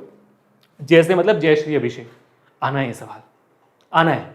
ठीक है, और अगर आपके एग्जामिनेशन में आता है तो कमेंट्स में स्पैम कर देना, JSA JSA JSA स्पैम कर देना आप। ठीक है, तो ये क्या भाई, सबसे पहला प्रॉपर्टी आपके इलेक्ट्रिक फील्ड का, भाई मैग्नेटिक फील्ड की प्रॉपर्टीज थी ना, याद है 10th में, वैसे ही यहां पर भी इलेक्ट्रिक फील्ड की प्रॉपर्टीज है। सबसे पहला प्रॉपर्टी जो आपको मैग्नेटिक फील्ड के लिए याद होगा, magnetic field lines never intersect each other, वैसे ही electric field lines also never intersect each other. क्यों, सेम रीजन, अगर इलेक्ट्रिक फील्ड लाइन ऐसे मान लीजिए आकर इंटरसेक्ट कर रहे हैं, तो जिस पॉइंट पर वो इंटरसेक्ट करेंगे, तो उस पॉइंट पे अगर मैं आपसे पूछूं इलेक्ट्रिक फील्ड का डायरेक्शन ऐसे है या ऐसे है, तो आप क्या बताओगे, नहीं बता सकते आप, है ना, करेक्ट, दैट्स द रीजन। क्यों नहीं बता सकते, क्योंकि इलेक्ट्रिक फील्ड का या किसी भी चीज का इस दुनिया में 2 डायरेक्शन कैसे हो सकता है यार। So electric field never intersect each other because at the point of intersection there will be 2 directions for the electric field, which is absurd, that's not possible, impossible है वो। That is the first thing. तो ये आपको खुद 1 से 2 marks के लिए आ सकता है। फिर आता है आपका सेकेंड चीज जो अभी आपने पढ़ा कि पॉजिटिव चार्जेस के लिए आपकी इलेक्ट्रिक फील्ड रेडियली आउटवर्ड होती है, नेगेटिव चार्जेस के लिए रेडियली इनवर्ट होती है। या वी क्लियर। तीसरा point, they are not closed loops. ये बहुत बच्चे गलती करते हैं मैग्नेटिक फील्ड लाइंस की याद में ना, आप इलेक्ट्रिक फील्ड में गलती कर लेते हो। Magnetic field lines close loop होती थी, है ना, नॉर्थ से साउथ जाती थी, फिर साउथ से नॉर्थ आती थी, ऐसे क्लोज लूप्स होती थी, सर्कल बनाती थी। लेकिन आपका जो इलेक्ट्रिक फील्ड लाइंस है वो क्लोज लूप नहीं है। वो मैं वही बोल रहा हूं, वो सर्कुलर नहीं है, वो रेडियली आउटवर्ड है, वो एक डायरेक्शन में जाती है, वो सर्कुलर लूप्स नहीं बनाती। They are not loops, remember this very carefully. चौथा जो पॉइंट आपका वो है closeness of electric field lines clearly depicts the strength of the electric field. For sure यार, मतलब इसमें तो कोई डाउट नहीं होना चाहिए, this is similar to magnetic field line. जितना ज्यादा इलेक्ट्रिक फील्ड एक दूसरे से क्लोज होगा, फॉर एग्जांपल यहां पर आप देखोगे इस रीजन में, यानी कि चार्ज के बहुत ज्यादा पास में इलेक्ट्रिक फील्ड एक दूसरे से बहुत क्लोज है। क्यों? क्योंकि चार्ज के पास में तो इलेक्ट्रिक फील्ड वहां पर ज्यादा होगी, इसी वजह से इलेक्ट्रिक फील्ड लाइंस एक दूसरे से बहुत ज्यादा क्लोज है। और आप इस एरिया में देखो तो इलेक्ट्रिक फील्ड लाइंस एक दूसरे से बहुत दूर है। क्यों? क्योंकि वहां पर इलेक्ट्रिक फील्ड वीक है। ठीक है। और इसके अलावा एक और आपका जो है 5वां पॉइंट है गाइस, जो मैंने सिखा दिया आपको, अगर आप टैंजेंट बना दोगे तो वहां पर आपको इलेक्ट्रिक फोर्स मिल जाएगा। इलेक्ट्रिक फील्ड पे, इलेक्ट्रिक फील्ड लाइन पे अगर आप टैंजेंट बनाओगे तो वो टैंजेंट आपको इलेक्ट्रिक फोर्स का डायरेक्शन दे देगा। वो आपका 5वां पॉइंट बन जाता है। बट इन सब में बच्चों ये पहला पॉइंट सबसे इंपॉर्टेंट है। ठीक है, हो गया आपका बढ़िया सा प्रॉपर्टीज भी। चलिए आगे बढ़ते हैं। हाँ जी, अब हाँ, तो इलेक्ट्रिक फील्ड और उसके प्रॉपर्टीज खत्म है। बट हाँ, एक आखिरी चीज हम प्रिंसिपल ऑफ सुपरपोजिशन पढ़ लेते हैं जल्दी से, क्योंकि यही प्रिंसिपल सब जगह अप्लाई कर सकते हैं, इसलिए मैं एक ही बार पढ़ाऊंगा आपको। ठीक है। तो यहां पर यह कहना है कि मान लीजिए अभी हमने 2 चार्जेस की बात करी, कूलम्स लॉ के लिए भी हो, इलेक्ट्रिक फील्ड के लिए भी हो, हमने सिर्फ 2 चार्जेस की बात करी। मान लो अगर ज्यादा चार्जेस है तो फिर क्या करोगे? यानी कि आपके पास एक चार्ज है, उस चार्ज के ऊपर ये Q1 भी फोर्स लगा रहा है, Q2 भी फोर्स लगा रहा है, Q3 भी फोर्स लगा रहा है, Q4, Q5, Qn तक फोर्स लग रही है, और सबकी इलेक्ट्रिक फील्ड लग रही है इसमें। ठीक है, सबकी इलेक्ट्रिक फील्ड लग रही है। तो क्या है प्रिंसिपल ऑफ सुपरपोजिशन? आप कैसे निकालोगे टोटल फोर्स या टोटल इलेक्ट्रिक फील्ड? तो प्रिंसिपल ऑफ सुपरपोजिशन ये कहता है दैट द टोटल फोर्स और the total electric field on this particular charge would be equal to the algebraic sum or the summation of all the forces or the electric field by all the individual charges। मतलब भाई इसके ऊपर कितना है? Plus plus plus plus plus, बस add करते जाओ, इतना ही है। ठीक है, तो मैं इसके लिए लगाऊंगा, मैं जैसे यहाँ पे लिख देता हूं, तो क्या है भाई, sum of all individual charges on Q naught. ठीक है, sum of all individual force, sum of all electric field, सब कुछ सेम है यहाँ पर। तो आप लिखोगे so total electric field is equal to Q1 on Q0 plus Q2 on Q0 plus electric field of 3 on 0 plus electric 4 on 0 plus जाता रहेगा Qn on 0 तक जाता रहेगा। ठीक है, और इलेक्ट्रिक फील्ड की फॉर्मूला क्या होती है? KQ/R², या तो फिर आप लिख दोगे F × Q0, कुछ भी लिख सकते हो आप, है ना। तो आपने लिख दिया कि भाई, तो ये कहां से कहां तक जा रही है? 0 पे I तक। हमने समेशन कर दिया, I goes from 1 to n, है ना, I goes from 1 till n, और चार्ज आपका 0 पे हम निकाल रहे हैं, तो I goes from 1 to n। अब E की वैल्यू क्या है? KQ/R²। Q यहाँ पर क्योंकि आपका जो इलेक्ट्रिक फील्ड है वो Q0 पे डिपेंड नहीं करता है, वो सिर्फ उस पर डिपेंड करता है जहां से आपका इलेक्ट्रिक फील्ड आ रहा है, Q0 पर डिपेंड नहीं करता। तो ये QI रहेगा, और I की वैल्यू 1 से n तक वेरी होती रहेगी, और R की वैल्यू भी I से 0 तक वेरी होती रहेगी। तो आपका फाइनल फॉर्मूला यहाँ पर बन जाएगा। बट अगेन इसका इस्तेमाल आपके न्यूमेरिकल्स में नहीं होता है, बस कॉन्सेप्ट है, बताना जरूरी है, बता दिया। ठीक है, आपको याद रखना है कूलम्स लॉ का फॉर्मूला KQ1Q2/R², इलेक्ट्रिक फील्ड का फॉर्मूला KQ/R²। अब आगे बढ़ते हैं चार्ज डिस्ट्रीब्यूशन की तरफ, जो आपके लिए एक बहुत ही इंपॉर्टेंट कॉन्सेप्ट है, और इसके ऊपर बहुत सवाल आते हैं। आप ऐसे समझो कि इसके बाद हम जो भी टॉपिक पढ़ेंगे ना, वो बहुत इंपॉर्टेंट है गाइस, बहुत माने बहुत इंपॉर्टेंट है। इसके पहले जो भी हमने टॉपिक पढ़ा उसमें कूलम्स लॉ सबसे इंपॉर्टेंट है, उसके बाद इलेक्ट्रिक फील्ड वगैरह छोटे मोटे टॉपिक्स हैं, लेकिन अब इसके बाद सारे टॉपिक्स इंपॉर्टेंट है, क्योंकि इसके बाद इलेक्ट्रिक फ्लक्स आएगी, डाइपोल आएगा, सब इंपॉर्टेंट है। ठीक है, चलिए आगे बढ़ते हैं। इसलिए पूरा ध्यान यहाँ पे देना। कितना वक्त हो गया भाई? 34 मिनट्स। ओहो हो, 34 मिनट्स हो गए। अरे 45 मिनट्स में तो नहीं हो रहा लग रहा मेरे को। चलो देखते हैं, कोई बात नहीं। ठीक है, 40 मिनट्स में नहीं होता, कोई बात नहीं भाई, पूरा चैप्टर तो हो जाएगा, 1 घंटे में हो जाएगा पूरा चैप्टर, बस वो इंपॉर्टेंट। चलो आ जाओ। ठीक है, चार्ज डिस्ट्रीब्यूशन क्या होती है यार? देखो हमने अभी तक क्या पढ़ा है? 2 चार्ज है भाई। ठीक है, 2 चार्ज होते हैं। 2 चार्ज मतलब अगर आप इसको 3-4 भी कर दोगे तो you make it a countable system of charges, जहां पर आप गिनती कर सकते हो ना, आप चार्ज को गिनती कर सकते हो। तो ये बन जाता है आपका काउंटेबल चार्ज डिस्ट्रीब्यूशन, जिसको हम डिस्क्रीट चार्ज डिस्ट्रीब्यूशन भी कहते हैं। ठीक है, काउंटेबल मतलब जितने भी चार्ज आप रखोगे, मतलब आप 10 कर दो तो आप 10 चार्ज गिन सकते हो ना, एक चार्ज, दूसरा चार्ज, तीसरा चार्ज, चौथा, पांचवा, छठवा, तो आप बोलो कि भाई there are this many amount of charges which you can count, तो ये बन जाता है countable charge distribution of charges, या तो फिर आप इसको कह सकते हो डिस्क्रीट चार्जेस। डिस्क्रीट मतलब अलग अलग आप काउंट कर सकते हो, ठीक है, डिफरेंशिएट कर सकते हो, तो डिस्क्रीट चार्ज डिस्ट्रीब्यूशन। दूसरा वैरायटी होता है कि भाई आपने एक सिस्टम ले लिया, मान लीजिए कि आपने एक रॉड ले लिया, ठीक है, उस रॉड में भी मतलब चार्जेस हैं लेकिन कंटिन्यूअस नहीं है, उस रॉड में भी चार्जेस लेकिन कंटिन्यूअस नहीं है, वो यहां पर कुछ गुच्छा है लेकिन आप काउंट कर सकते हो, यहां पर भी आप काउंट कर सकते हो, यहां पर 1 मीटर में कुछ 10-15 चार्जेस है, फिर थोड़ा गैप है, फिर और 25-30 चार्जेस है, फिर गैप है, फिर 1-2 चार्जेस है, फिर थोड़ा गैप है, फिर थोड़ा सा 10-15 चार्जेस वहां पर भी है, काउंट कर सकते हैं लेकिन वो कंटिन्यूअस नहीं है, वो भी डिस्क्रीट सिस्टम बने हुए हैं लेकिन एक ही बड़े सिस्टम का भाग है। तो अगर मुझे यहां पर टोटल चार्ज निकालना होगा, अगर मैं इस पूरे रॉड का टोटल चार्ज निकालना चाहूँ तो कैसे निकालूंगा, मेरे लिए डिफिकल्टी होगी, निकालना मेरे लिए बहुत ज़्यादा डिफिकल्ट होगा। तो मैं क्या कर सकता हूँ, वही हमारी परंपरा जो है, एक छोटे से भाग, एक छोटे से लेंथ के लिए एक छोटा सा चार्ज मैं निकालूंगा, यानी कि एक छोटा सा लेंथ डीएल के लिए मैं एक छोटा सा चार्ज डीक्यू निकालूंगा, और फिर जब ये छोटा चार्ज मुझे मिल जाएगा उसको मैं इंटीग्रेट कर दूंगा। तो इस पूरे बॉडी की, ठीक है, इस पूरे बॉडी की कितना मीटर का भाई, 1 2 3 4 मीटर की जो पूरे बॉडी है, उस 4 मीटर की पूरे बॉडी के लिए मैं इंटीग्रेट कर दूंगा, तो मुझे टोटल चार्ज वहां पर मिल जाएगा। ठीक है, तो basically integration of D Q upon D L में कर दूंगा तो मेरे को वैल्यू मिल जाएगी। अब ये जो डीक्यू अपॉन डीएल होती है ना, इसे हम कहते हैं लैम्डा, यानी कि आपने क्या किया, D Q upon D L, how much charge in this particular per unit length, इसको आप कहा आपने डीक्यू अपॉन डीएल। ये जो डीक्यू अपॉन डीएल आपने क्या है, दोबारा मैं बताता हूं इंग्लिश में, चार्ज अपॉन लेंथ।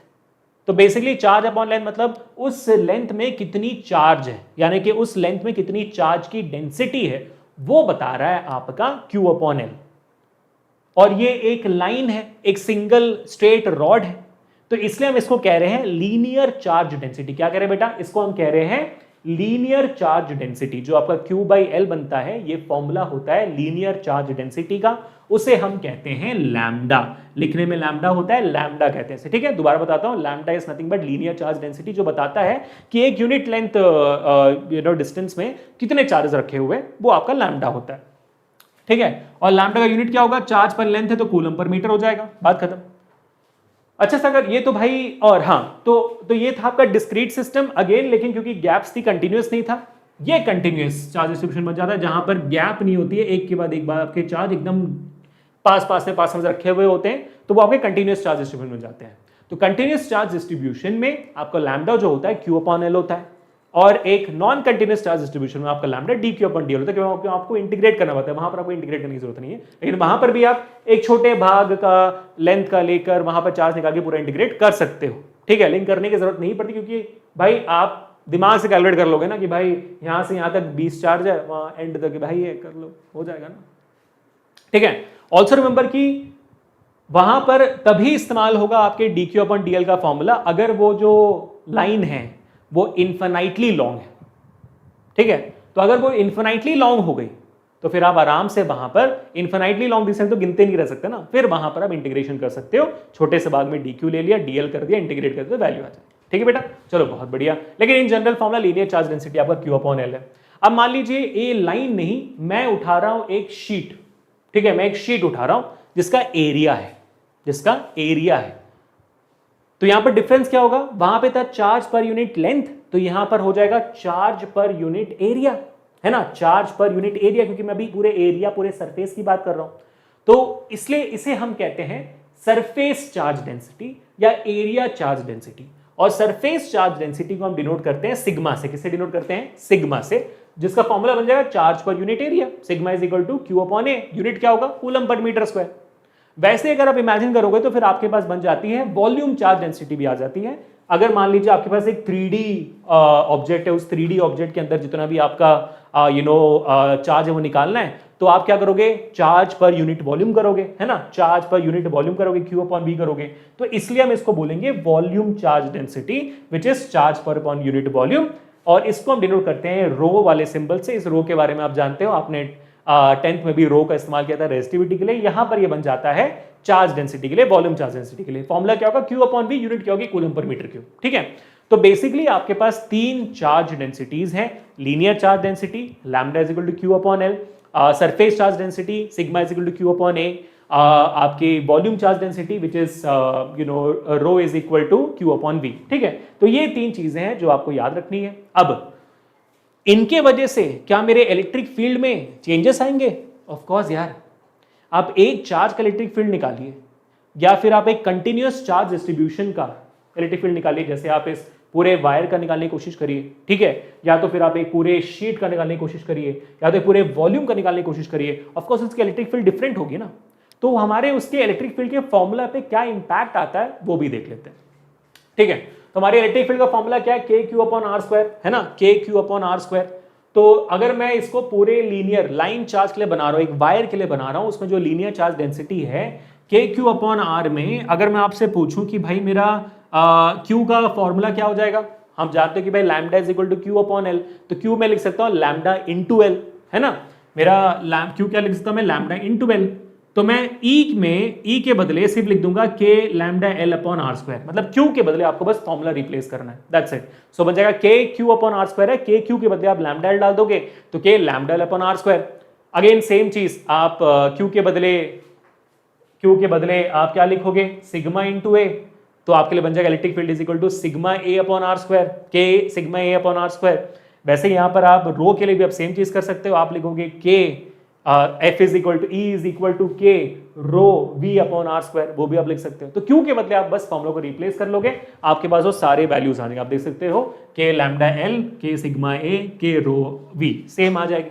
हाँ, अगर ज्यादा बड़े वायर के लिए निकालना है, ज्यादा बड़े इन्फिनिटली लॉन्ग शीट के लिए निकालना है, इन्फिनिटली लॉन्ग और बिग वॉल्यूम के लिए निकालना है, तो फिर आपको DL, DA, DV लेना पड़ेगा, क्योंकि इसको फाइनली आपको इंटीग्रेट करना पड़ेगा। ठीक है, बट अगेन नहीं आता है, I hope you guys got it. बस मैं आपको बताना चाहता था कि ये पूरा कंटीन्यूअस चार्ज डिस्ट्रीब्यूशन का मैंने फॉर्मूला भी लिख दिया है और इलेक्ट्रिक फील्ड कैसे निकालते हैं वो भी लिख दिया है यहाँ पर। ठीक है, तो इसी के साथ बच्चों कंटीन्यूअस चार्ज डिस्ट्रीब्यूशन खत्म होती है। अभी हम बात करने वाले हैं इलेक्ट्रिक फ्लक्स की, one of the most important topics. But थोड़ा सा मैं पानी पी लेता हूं, आप भी थोड़ा सा पानी पी लीजिए। ठीक है,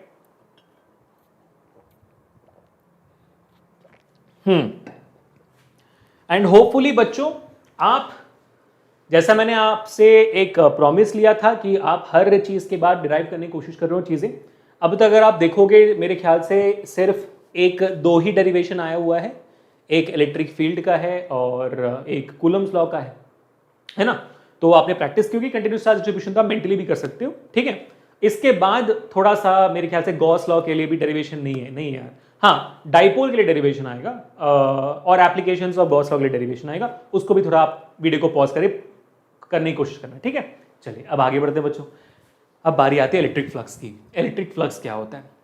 इलेक्ट्रिक फ्लक्स सिंपल, बहुत सिंपल, कितनी इलेक्ट्रिक फील्ड परपेंडिकुलरली एक एरिया से निकल रही है, इलेक्ट्रिक फ्लक्स होती है। द अमाउंट और the total electric field passing through an area perpendicular to it is what we call it as electric flux. और इलेक्ट्रिक फ्लक्स को हम डिनोट करते हैं फाई के सिंबल से। आप देखोगे एक गोल बनाना, कट करना, तो वो फाई बन जाता है। ठीक है, तो ये होता है इलेक्ट्रिक फ्लक्स। ठीक है, ये होता है इलेक्ट्रिक फ्लक्स। अब इलेक्ट्रिक फ्लक्स का फॉर्मूला डिराइव कर देते हैं जल्दी से। ठीक है, प्लीज थोड़ा ध्यान देना बच्चों यहाँ पर। अगेन जैसे मैं कहता हूँ, इंपॉर्टेंट।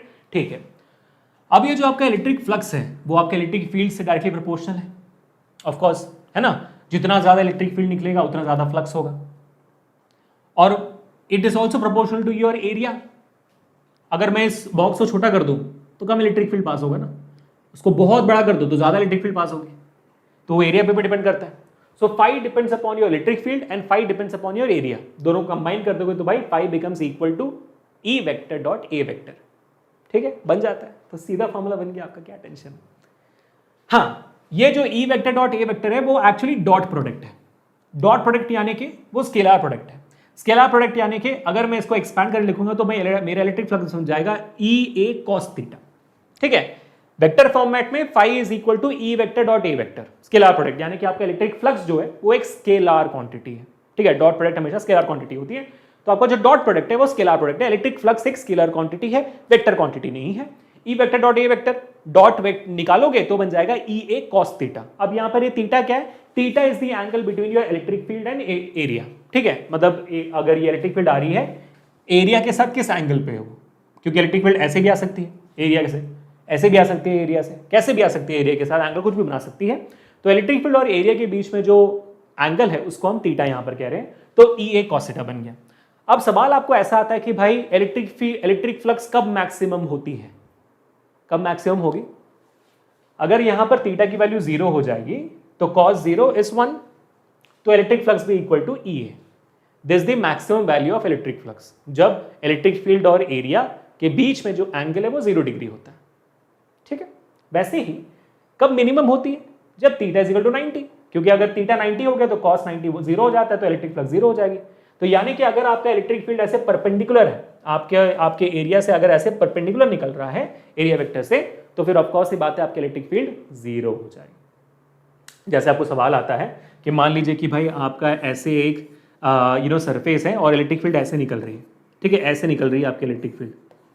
भाई सरफेस ऐसी मतलब ऐसे रखी हुई है और इलेक्ट्रिक फील्ड ऐसे निकल रही है, तो सरफेस के परपेंडिकुलर आपका एरिया होता है, एरिया वेक्टर होता है, ठीक है। सरफेस के हमेशा परपेंडिकुलर एरिया वेक्टर होती है।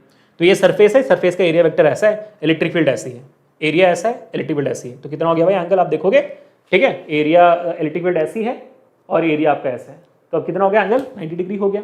तो फिर आपका वैल्यू क्या हो जाएगा इलेक्ट्रिक फ्लक्स का? 0। तो ये डायग्राम पे वैसे भी पूछ सकता है कि भाई डायग्राम दिखा दिया, बोलो कहाँ मैक्सिमम है कहाँ मिनिमम है, ठीक है, समझ में आ गया। तो ये हो गया आपका इलेक्ट्रिक फ्लक्स। चलिए अब आगे बढ़ते हैं, बात करते हैं हमारे electric flux through 3D surface की भी। बच्चों हमेशा याद रखना कि इलेक्ट्रिक फ्लक्स थ्रू अ 2D सरफेस, 2D सरफेस में 2D सरफेस को हम ओपन सरफेस कहते हैं, ठीक है, और 3D सरफेस को हम क्लोज सरफेस कहते हैं। क्यों? क्योंकि बंद होता है ना। 2D सरफेस में वो किसी भी डायरेक्शन में जा सकता है, ओपन रहता है। तो ओपन सरफेस और 3D सरफेस के लिए होता है क्लोज सरफेस। अब 3D सरफेस में इलेक्ट्रिक फ्लक्स कितनी होती है? एक सिंपल रूल ऑफ थंब है, गोल्डन रूल है।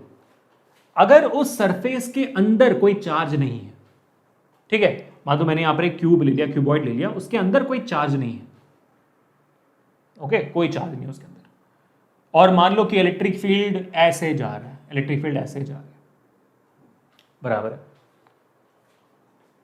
तो ये क्यूब हमने लिया, इसका पहला सरफेस इस डायरेक्शन में, दूसरा सरफेस ऐसे, मतलब ये आपका क्यूब है ना, ये आपका क्यूबॉइड है मान लीजिए, ठीक है। तो मान लो कि ये वाला जो साइड है वहां पर पहला सरफेस होगा, उसका ऑपोजिट यहाँ पे दूसरा सरफेस, ऊपर मान लो तीसरा है, नीचे चौथा है, पांचवा ये सामने वाला है, छठवा ये पीछे वाला यहाँ पर है, ठीक है। तो ये जो पहला सरफेस है उसका एरिया वेक्टर किस डायरेक्शन में होगा? इस डायरेक्शन में होगा। दूसरा इस डायरेक्शन में, हमेशा परपेंडिकुलरली आउटवर्ड, ठीक है, एरिया हमेशा आउटवर्ड डायरेक्शन में परपेंडिकुलर होगी। तीसरा का ऊपर तरफ, चौथे का नीचे तरफ, पांचवे का सामने तरफ, छठवे का पीछे तरफ, ऐसे बन गया। हमने यहाँ पर वही बनाया मैंने, ठीक है, क्योंकि समझ नहीं आ रहा होगा आपको इसलिए मैं दोबारा बना रहा हूँ, ठीक है, ये हो गया। अब इलेक्ट्रिक फील्ड मान लीजिए कि ऐसे एक्स डायरेक्शन में जा रही है इलेक्ट्रिक फील्ड सिर्फ एक्स डायरेक्शन में, ठीक है, ओके।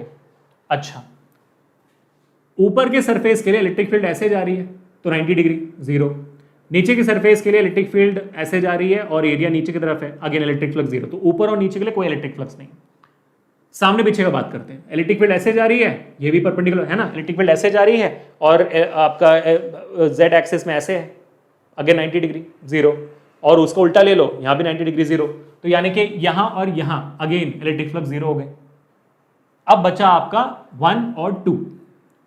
इलेक्ट्रिक फ्लक्स इस डायरेक्शन में है, इलेक्ट्रिक फील्ड इस डायरेक्शन में जा रही है, एरिया इस डायरेक्शन में, हाँ इलेक्ट्रिक फ्लक्स है इस डायरेक्शन में, और यहीं पे इलेक्ट्रिक फील्ड इस तरफ है, एरिया इस तरफ है, तो इलेक्ट्रिक फ्लक्स इस डायरेक्शन में। तो ये दोनों एक दूसरे को नेगेट कर देती है ना, ये और ये एक दूसरे को नेगेट कर देती है। ये पॉजिटिव डायरेक्शन में, नेगेटिव डायरेक्शन में, दोनों एक दूसरे को इक्वल एंड ऑपोजिट, तो वो कैंसिल आउट कर देगी।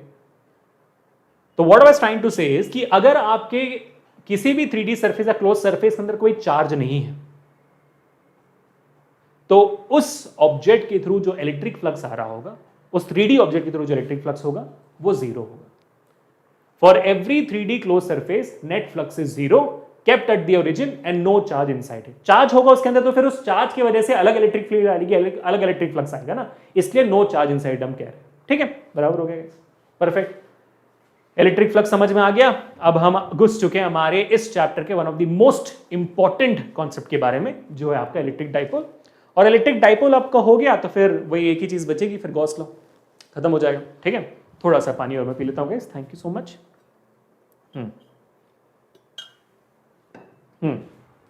चलिए, ध्यान सबका यहां पर, पूरा चैप्टर कंप्लीट कर रहे हैं भाई, मजा आ रहा है मेरे को तो आज वन शॉट लेकर।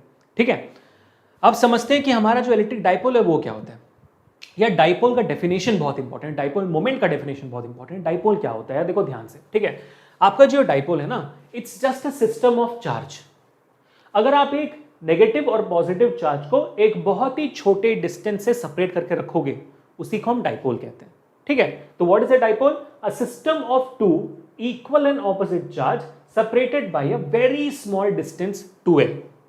ठीक है, इसी को हम कहते हैं डाइपोल। दोबारा बता रहा हूं, a system of two equal and opposite charges separated by a very small distance 2l। l is very very small. ठीक है, तो 2l क्यों बोला हुआ है हमने? क्योंकि हमने माना है कि मान लो दोनों का जो सेंटर है, दोनों चार्ज का सेंटर O है, माइनस क्यू का सेंटर तक का डिस्टेंस L है और प्लस क्यू का सेंटर तक का डिस्टेंस L है, तो दोनों कंबाइन करके 2l। ठीक है, ये हो जाता है electric dipole. Very basic definition and it will come for sure in your examination कि डाइपोल का डेफिनेशन बताइए। One more thing which comes in examination is dipole moment का डेफिनेशन बताइए। ठीक है, डाइपोल मोमेंट क्या होता है? डाइपोल मोमेंट यानी कि भाई ये आपने इलेक्ट्रिक डाइपोल बना दी, ठीक है, डाइपोल आपने बना दी, अब भाई इनके बीच में कितना स्ट्रेंथ है, डाइपोल का स्ट्रेंथ बताइए, कितना लगेगा मेरे को निकालने जोड़ने के लिए, इनको तोड़ने के लिए, वो स्ट्रेंथ बताती है आपको dipole moment. So what is dipole moment? The strength of the dipole. हम डाइपोल मोमेंट को P से डिनोट करते हैं and for sure it's a vector quantity. So P vector हो जाता है और इसकी वैल्यू क्या है? किसी भी चार्ज को उठा लो, मल्टीप्लाई कर दो उसके डिस्टेंस से। So Q into 2L becomes your electric dipole. So what is the dipole, electric dipole moment definition? Product of either charges with the distance between them. Product of either charges with the distance between them. Q into 2L becomes your dipole moment.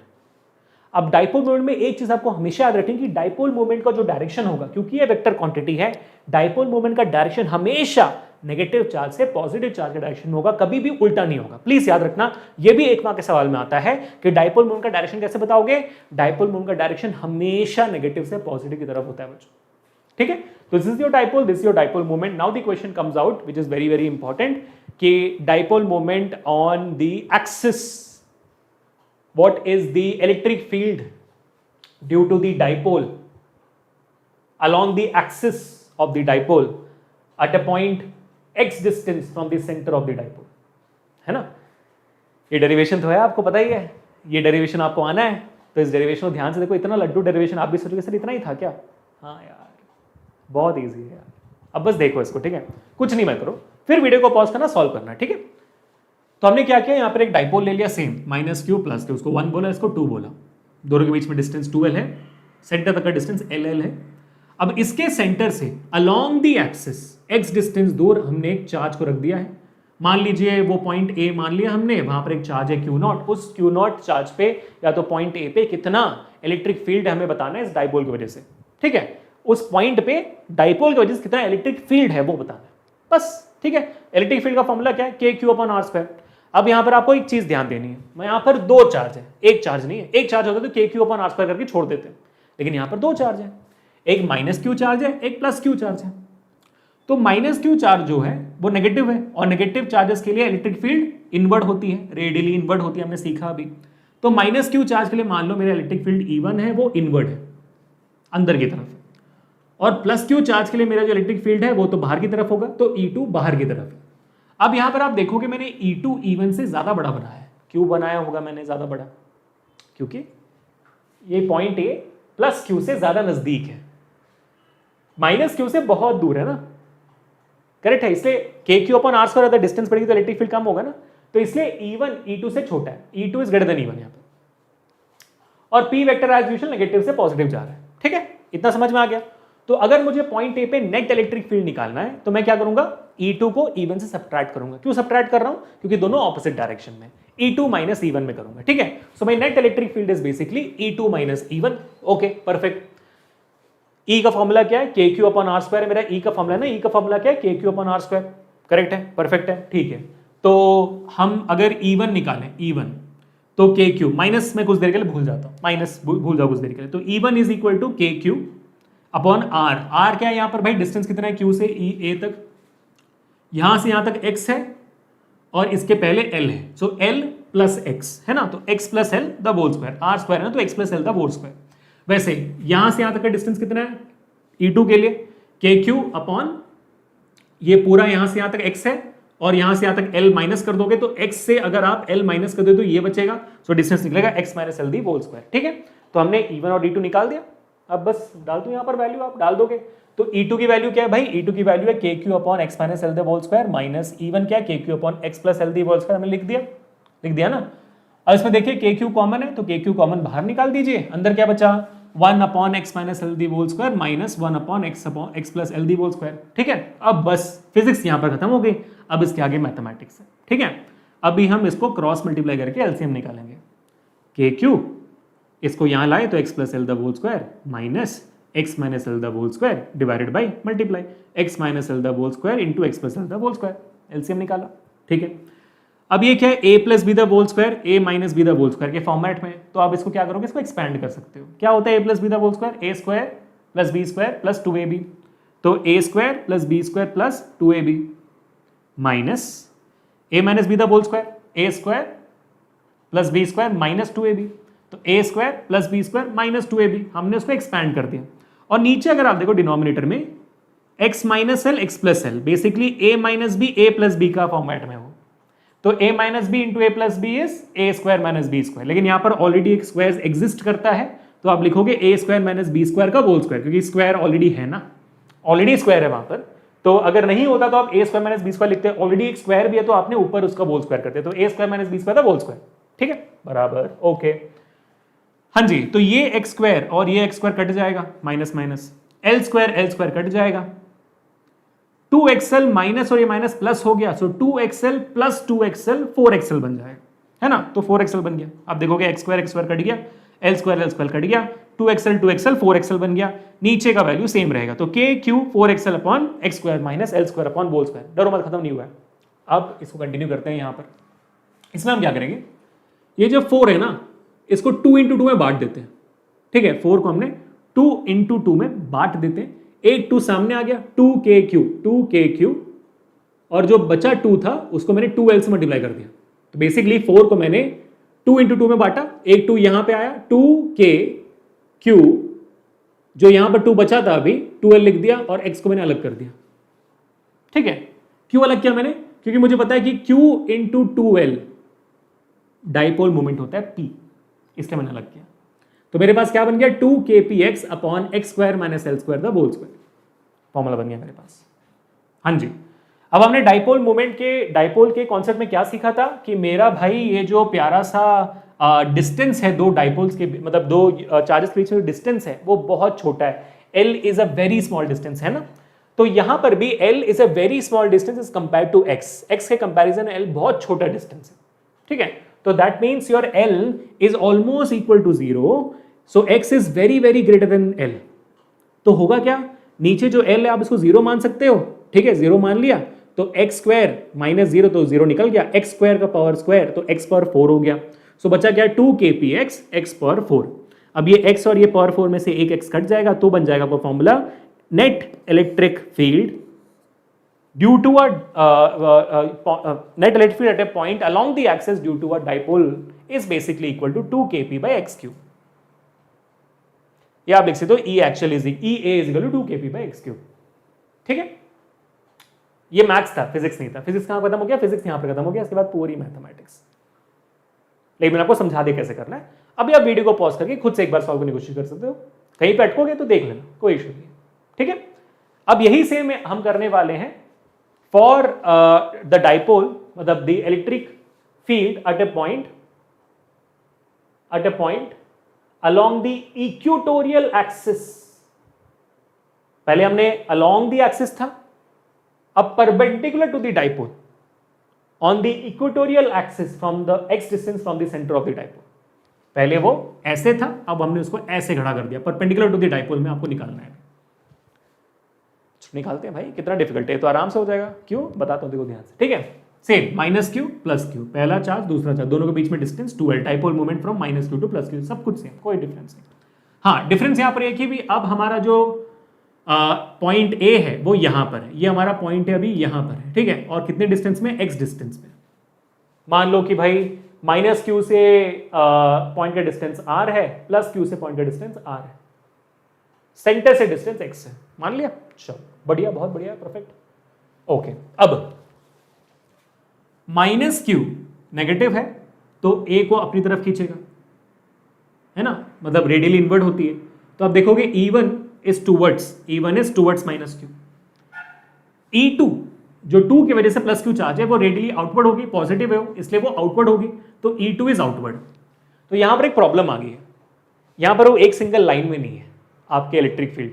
एक ही line में होते तो आप subtract add कर लेते, एक direction में तो ऐड कर लेते, ऑपोजिट में होते तो आप सब्ट्रैक्ट कर लेते, लेकिन यहां पर वो एक दूसरे से एंगल पर है। तो E1 ऐसा है, E2 ऐसा है, तो आपको यहां पर एक रिजल्टेंट इलेक्ट्रिक फील्ड निकालनी पड़ेगी, जो आसान है, ऐसा नहीं कि डिफिकल्ट है। क्योंकि अगर मैं इस पार्ट को यहां पर जूम कर दूं, ठीक है, ये आपका E1 है, देखो E1 है, और ये आपका E2 है, देखो E2 है। E1 को अगर मैं रिजॉल्व करता हूं उसके हॉरिजॉन्टल कंपोनेंट और वर्टिकल कंपोनेंट में, ठीक है, तो वर्टिकल कंपोनेंट बन जाती है E sin थीटा, यानी कि E1 sin थीटा, और ये बन जाती है आपकी E cos थीटा, ठीक है, यानी कि E1 cos थीटा, कोई इशू नहीं है। और E2 को अगर मैं डिवाइड करता हूं उसके वर्टिकल कंपोनेंट में, तो E sin theta, E2 sin theta, और ये बन जाता है आपका E2 cos थीटा। और वैसे E1 E2 तो सेम ही है, क्योंकि चार्ज तो सेम है ना, Q Q is same, direction is different. तो E sin थीटा एक दूसरे को कैंसिल आउट कर देगी, दोनों डिफरेंट डायरेक्शन में, लेकिन वैल्यू सेम है तो कैंसिल आउट कर दी। E cos theta same direction में है ना, सेम डायरेक्शन में, तो इन दोनों को ऐड करना पड़ेगा। सो ये net electric field is E cos theta plus E cos theta 2E cos theta. Net electric field on that particular point is 2E cos theta. Game over. That's it. अब यहां पर बस आपको E की value डालनी है and your game is over. 2E cos theta है ना, ठीक है। अब 2E cos theta में देखो क्या होता है। E का फॉर्मूला क्या है? E का फॉर्मूला है KQ/R²। cos थीटा के लिए क्या करें? थीटा क्या है यहां पर? Theta is the angle between either of the vector with the net electric field, ठीक है। तो मान लो अगर मैंने यहां पर आपके लिए इसको कंप्लीट कर दिया ऐसे, ठीक है, तो थीटा cos थीटा क्या होगी? cos थीटा क्या होती है? Base upon hypotenuse. क्या होती है भाई? Base upon hypotenuse. तो अगर ये आपका 90 डिग्री है तो ये आपका हाइपोटेन्यूस है, ये आपका बेस है ना, ये आपका बेस है, करेक्ट है। अरे सॉरी, थीटा तो यहाँ, हाँ, तो अगर ये थीटा है तो ये भी आपका थीटा है, ये थीटा है तो ये भी आपका थीटा है ना, क्योंकि ये पैरेलल लाइन उसको बाइसेक्ट कर रहा है ऐसे, तो this is theta, this is also theta, ठीक है। तो cos थीटा क्या होगी? cos theta is always base upon hypotenuse. Base यहाँ पर क्या है? इस ट्राइंगल को अगर मैं लेता हूं तो बेस क्या है? L है, और हाइपोटेन्यूस क्या आपका R है, तो L/R आपका cos थीटा हो जाता है, ठीक है। तो आपका नेट इलेक्ट्रिक फील्ड कितना है? 2KQ/R², इलेक्ट्रिक फील्ड की फॉर्मूला इनटू L/R, ठीक है। अब अगेन यहाँ पर फिजिक्स खत्म, मैथमेटिक्स शुरू। तो ये बन जाता है 2KQL/R³ R² इंटू R3। अब मुझे आपको बताने की जरूरत नहीं कि भाई Q इंटू 2L क्या होता है? P होता है। So net electric field is equal to KP/R³, KP/R³। अब the best part here, my dear amazing students, is कि आपने देखा एक्शियल के केस में, E एक्शियल के केस में आपका फॉर्मूला था 2KP/R³, और यहां पर आपका फॉर्मूला बन रहा है सिर्फ KP/R³। So basically your electric field along the equatorial axis at the distance x from the center of the dipole is half of your electric field along the axis, क्योंकि वो 2KP/x³ है, यहां पर सिर्फ KP/R³ है। तो अब देखोगे आपका जो EA है वो 2 टाइम्स ऑफ EE है, ये याद रखना है, क्योंकि कभी कभी आपको सवाल में दे दिया जाएगा कि भाई अलॉन्ग दी एक्सिस इतनी इलेक्ट्रिक फील्ड है, तो इक्वेटोरियल निकालो, डबल कर देना, आधा कर देना, मतलब समझ गए, ठीक है। तो ये हो गया। अब अलॉन्ग दी एक्सिस कर दिया, इक्वेटोरियल कर दिया। अब मुद्दा आता है, अगर मैं डाइपोल को कहीं पे भी रख दूं, तो अगर मैं डाइपोल है और किसी भी पॉइंट पे, मतलब मान लो इस रैंडम पॉइंट ए पे मेरे को निकालना है, ये ना अलोंग दी एक्सिस है ना इक्वेटोरियल एक्सिस में, तो फिर मैं कैसे निकालूंगा? तो इसे हम कहते हैं पोलार कोऑर्डिनेट्स। क्या कहते हैं बेटा? इसे हम कहते हैं एट एनी पॉइंट। और इस पॉइंट पे हम कोऑर्डिनेट कैसे डिफाइन करेंगे? कोऑर्डिनेट्स डिफाइन करेंगे पोलार कोऑर्डिनेट्स के बेसिस में। पोलार कोऑर्डिनेट्स क्या होते हैं? पोलार कोऑर्डिनेट्स होता है आपका बहुत simple, x and theta. X मतलब सेंटर से कितना दूर है वो पॉइंट, एक्स बताओ, और सेंटर से किस एंगल पे वो पॉइंट। सिर्फ इस दो चीजों के थ्रू मैं एक पॉइंट किसी भी टाइम पर रख सकता हूं। मतलब सेंटर से किस एंगल पे है, थीटा, वो थीटा मुझे एंगल बताओ, और कितने दूर है वो बता दो, तो मैं किसी भी एंगल किसी भी पॉइंट पे निकाल सकता हूं। 360 डिग्री मेरा कवर हो जाता है। इसी वजह से इसे हम पोलार कोऑर्डिनेट्स बोलते हैं, एक्स एंड थीटा, ठीक है। तो सेंटर से मान लीजिए एक्स डिस्टेंस पे है और थीटा एंगल पे है, अब ये जो थीटा जब बनाओगे आप, हमेशा याद रखना, मेरा शॉर्टकट है कि put theta on the same side of plus Q. ठीक है, प्लस क्यू के सेम साइड पर रखिए। इसका एक्चुअल रूल है कि भाई आपका जो थीटा होता है ना, always has to be taken against the direction of dipole moment. यानी कि डाइपोल मोमेंट अगर नेगेटिव से पॉजिटिव जाती है हमेशा, तो उसके अगेंस्ट आपका थीटा होता है। नेगेटिव से पॉजिटिव जा रही है, आपका थीटा ऑपोजिट होगा।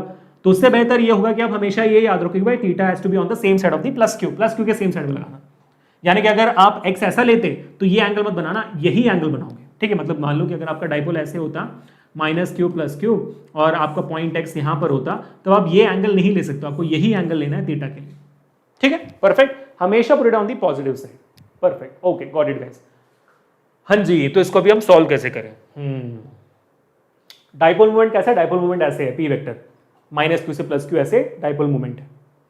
एक काम करते हैं, इसको मैं जूम इन करके दिखाता हूं।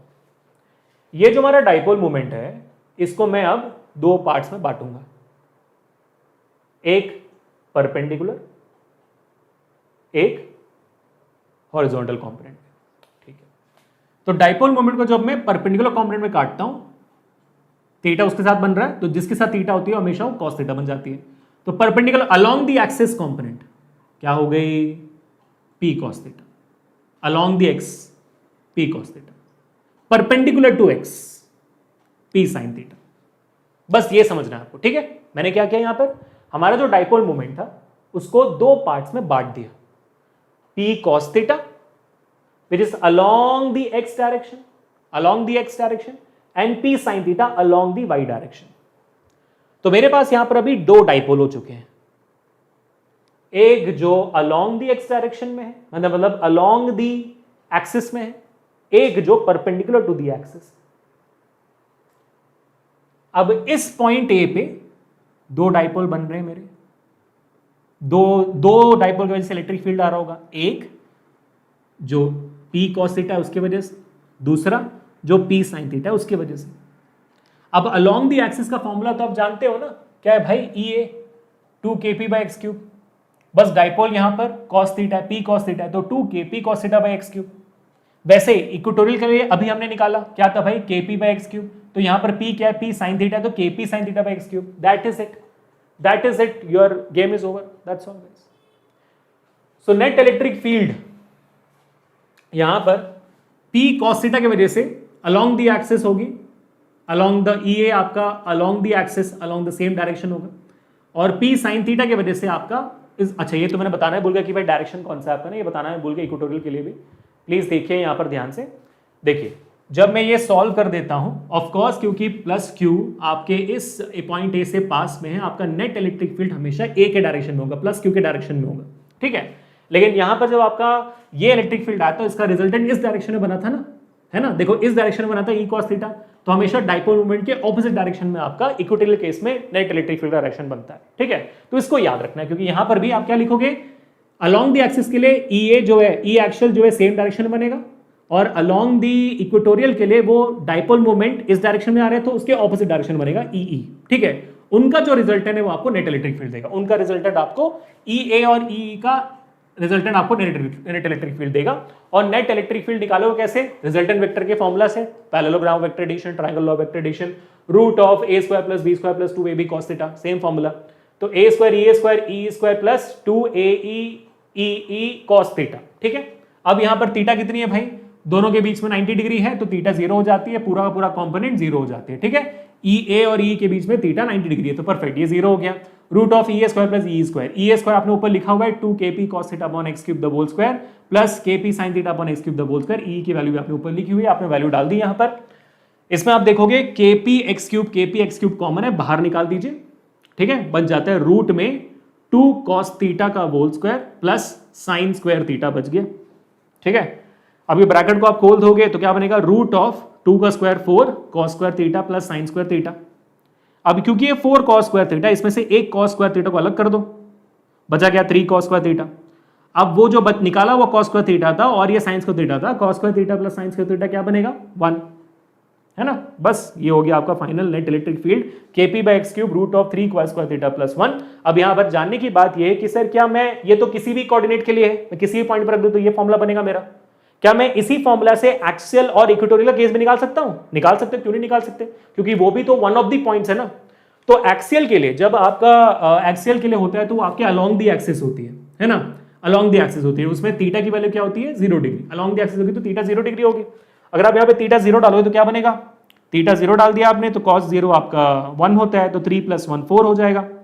रूट ऑफ 4 2 होता है, 2 kp/x³ आपकी एक्सियल की फॉर्मूला होती है।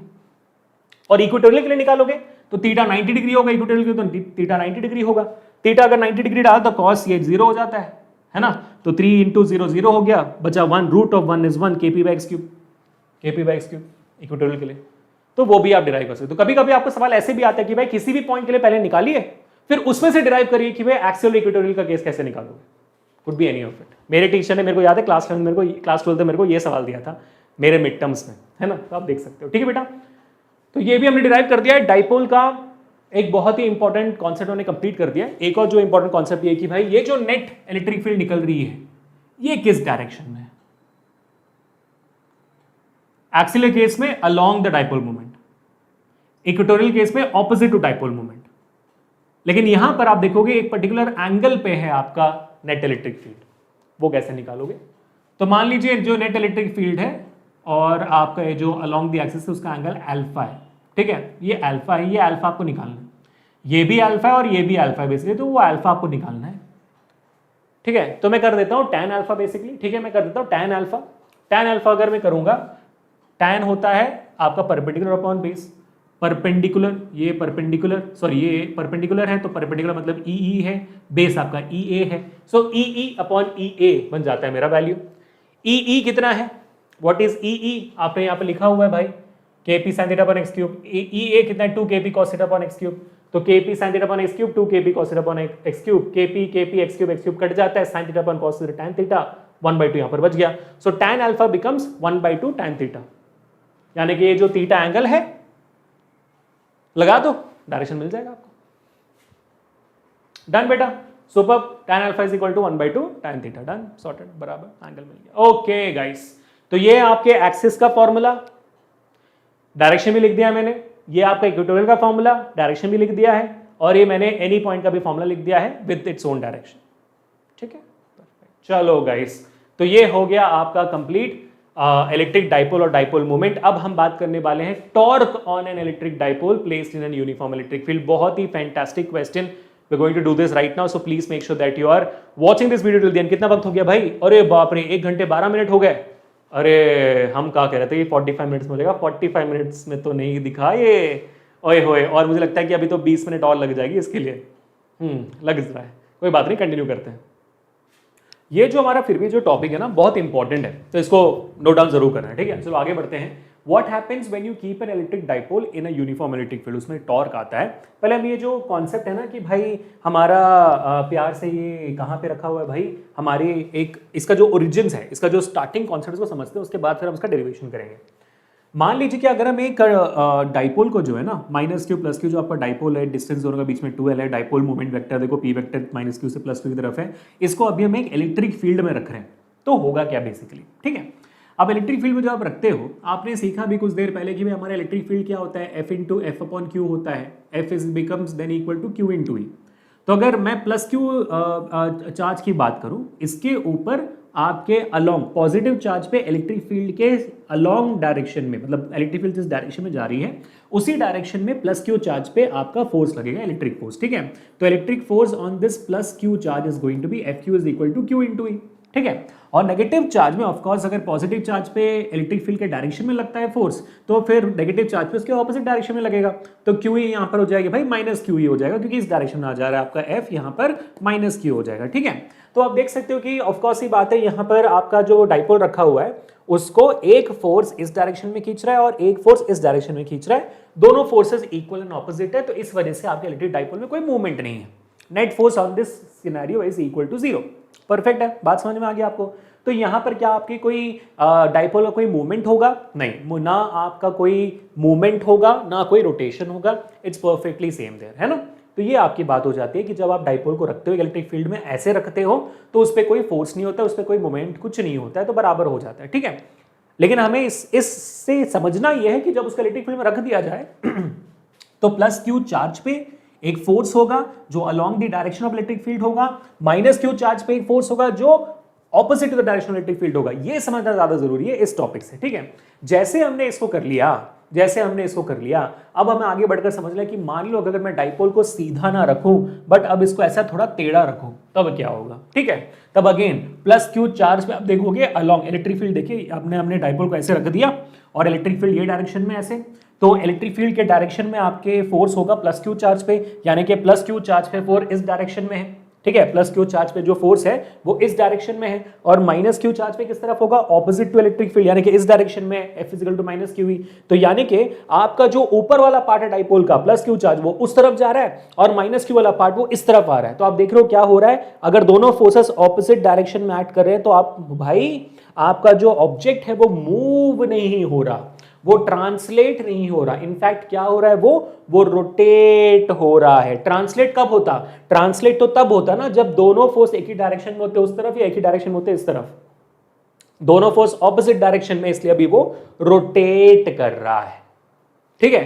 तो इसी वजह से यहां पे जो फोर्स होगी वो टॉर्क होगी। टॉर्क क्या होता है, रोटेशनल फोर्स होती है आपकी टॉर्क, आप जानते हो 11th में आपने पढ़ा हुआ है। तो ये हो जाती है आपकी टॉर्क। और टॉर्क का अगर आपको फॉर्मूला याद हो, टॉर्क का फॉर्मूला होता है फोर्स इनटू परपेंडिकुलर डिस्टेंस, ठीक है। और यहां पर फोर्स कौन सा है, ये है भाई फोर्स आपका Q इनटू ई। परपेंडिकुलर डिस्टेंस कौन सा है भाई, परपेंडिकुलर डिस्टेंस किसके बीच में होना चाहिए, perpendicular distance should be the distance between the force and the rotational axis, ठीक है। तो भाई ये फोर्स है और रोटेशनल एक्सिस कौन सा है, ऐसे घूम रहा है आपका टॉर्क, ठीक है।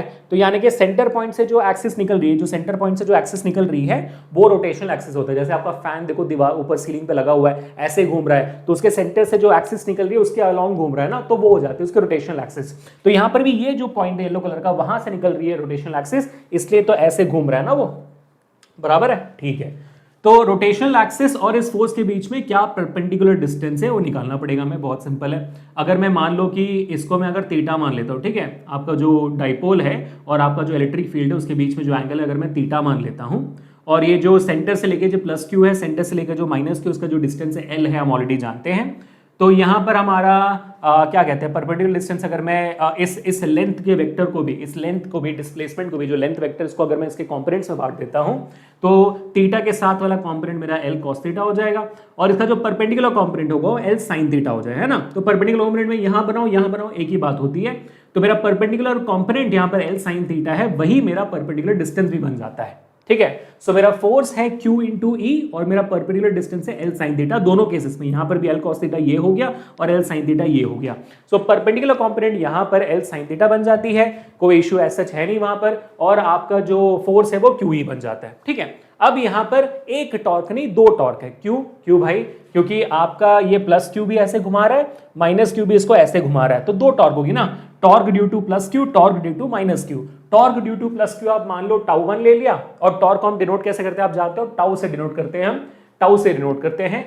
सो net torque is because of the torque of plus Q and the torque of minus Q, ठीक है। सो टाउ 1 प्लस टाउ 2 क्या हो जाएगा, force into perpendicular distance, force is QE into perpendicular distance L sine theta, so QE L sine theta plus QE L sign theta.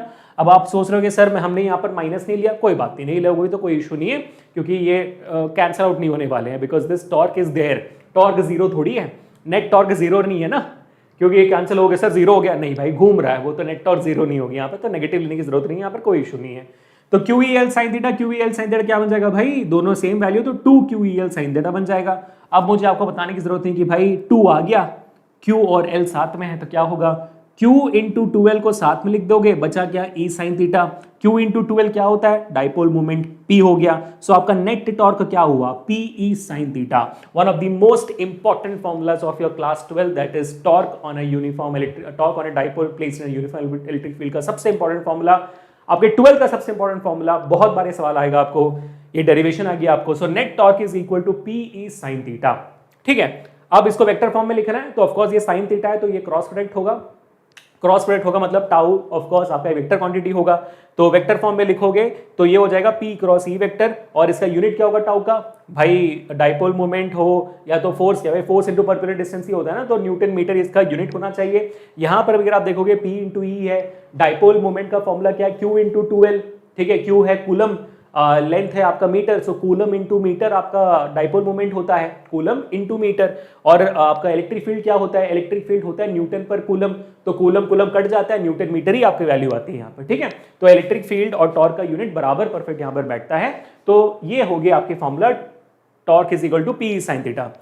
अब of course अभी आप guess कर सकते हैं कि नेक्स्ट सवाल क्या होगा, कि टॉर्क कब मैक्सिमम होगा और टॉर्क कब मिनिमम होगा। आप दिमाग लगा के खुद सॉल्व कर सकते हो। अगर मेरी थीटा 0 हो जाती है, थीटा अगर 0 डिग्री, यानी कि पहले वाला केस जो हमने देखा था, अगर वो ऐसे रहेगी तो उस पर कोई टॉर्क नहीं था, सिर्फ फोर्स, सब कुछ नेट फोर्स सब कुछ 0 था। तो थीटा अगर 0 हो गई तो पीई भी 0 हो जाएगा, नेट टॉर्क 0 हो जाएगा। वैसे ही थीटा की एक और वैल्यू पे 0 मिलता है, वो कब, जब आपकी थीटा क्या होती है, जब आपकी थीटा, सोचो दिमाग लगाओ, साइन की एक और वैल्यू पे आपको नेगेटिव वैल्यू आती है, कौन सी भाई, theta is equal to 270 degree जब होता है, सॉरी 270 डिग्री बोल रहा हूं मैं, थीटा जब 180 डिग्री होता है तब भी आपको 0 मिलेगी, क्योंकि साइन 180 डिग्री भी आपका, नहीं भाई उल्टा बोल गया मैंने, हाँ साइन 180 डिग्री भी आपका 0 होता है, तब भी आपके केस में आपको समझ में आ गया कि वैल्यू क्या होनी चाहिए, है ना। ठीक है, अब यहां पर देखो ध्यान से, बहुत बहुत इंपॉर्टेंट है। हाँ जी, साइन नहीं, साइन 180 डिग्री में नहीं होता यार, नहीं साइन 180, हाँ theta is equal to 0 degree और थीटा इज इक्वल 180 डिग्री में, हाँ करेक्ट है, बिल्कुल सही कह रहे हो आप, वो आपका टॉर्क 0 ही होता है, कोई इशू नहीं, बिल्कुल बराबर। ठीक है, अब मान लेते हैं कि भाई मेरा साइन 90 डिग्री है, ठीक है, तो क्या होगा, साइन 90 डिग्री साइन 1 होती है, तो आपका टाउ में पी साइन थीटा 1 हो गई, तो पी बच गया, तो ये होता है आपका मैक्सिमम टॉर्क। यहां पर भी होता है, and you also get maximum torque in this case, जहां पर आपका जो थीटा हो वो 270 डिग्री हो, यानी कि ये मैंने प्लस क्यू पर रखा, माइनस क्यू इधर रखा है, अगर इसको मैं एग्जैक्टली उल्टा कर दूं, 270 डिग्री पे रख दूं, तब मेरा जो टॉर्क है, तब भी मेरा वैल्यू 1 ही आता है, तब भी मेरी मैक्सिमम टॉर्क पी ही आती है। यानी कि अगर आप इलेक्ट्रिक फील्ड के परपेंडिकुलर रख दोगे, इसको इलेक्ट्रिक फील्ड के परपेंडिकुलर रख दोगे, ऐसे रखो फर्क नहीं पड़ता, आपको मैक्सिमम टॉर्क मिलेगा। अब जीरो टॉर्क कब मिलता है, एक तो हमने देख लिया जब 0 डिग्री होती है ना, थीटा इक्वल टू 0 डिग्री हो गया, तब आपका टाउ मिनिमम 0 डिग्री हो गया, और जब थीटा इक्वल टू 180 डिग्री होगा, तब भी आपका टाउ मिनिमम होगा। लेकिन इन दोनों में एक छोटा सा डिफरेंस है, और वो डिफरेंस बहुत इंपॉर्टेंट है, एग्जामिनेशन में पूछा जाता है। ठीक है, जब थीटा इक्वल टू 0 डिग्री होता है, तब इसमें नेट फोर्स 0 होती है और टॉर्क भी 0 होती है। और एक सिस्टम के ऊपर अगर नेट फोर्स 0 हो, रिजल्टेंट फोर्स 0 हो, रिजल्टेंट टॉर्क भी 0 हो, तो सिस्टम को हम कहते हैं वो इक्विलिब्रियम में है। याद है ना आपको, इक्विलिब्रियम में। तो जब थीटा इक्वल टू 0 डिग्री होती है, इसको आप थोड़ा हल्का से घुमाओगे तो ये प्लस क्यू चार्ज है, टॉर्क ऐसे होगा, माइनस क्यू चार्ज है, टॉर्क ऐसे होगा, तो ये घूम के पोजीशन पे आ जाएगा। ठीक है, क्यों, क्योंकि plus Q charge electric field के साथ होती है ना टॉर्क, तो इस डायरेक्शन में ऐसे घूमेगा, और ये वाला ये इस डायरेक्शन में ऐसे घूमेगा, तो वो वापस अपने पोजीशन पे आ जाएगी, क्योंकि इक्विलिब्रियम में। तो अगर आप इसको हल्का से हिलाते हो, टॉर्क की वजह से वो वापस अपने मीन पोजीशन पे आ जाएगी, ओरिजिनल पोजीशन पे आ जाएगी, इसलिए इसको हम कहते हैं स्टेबल इक्विलिब्रियम, क्योंकि इसको हिलाने के बाद भी अपने पोजीशन पे आ जाती है।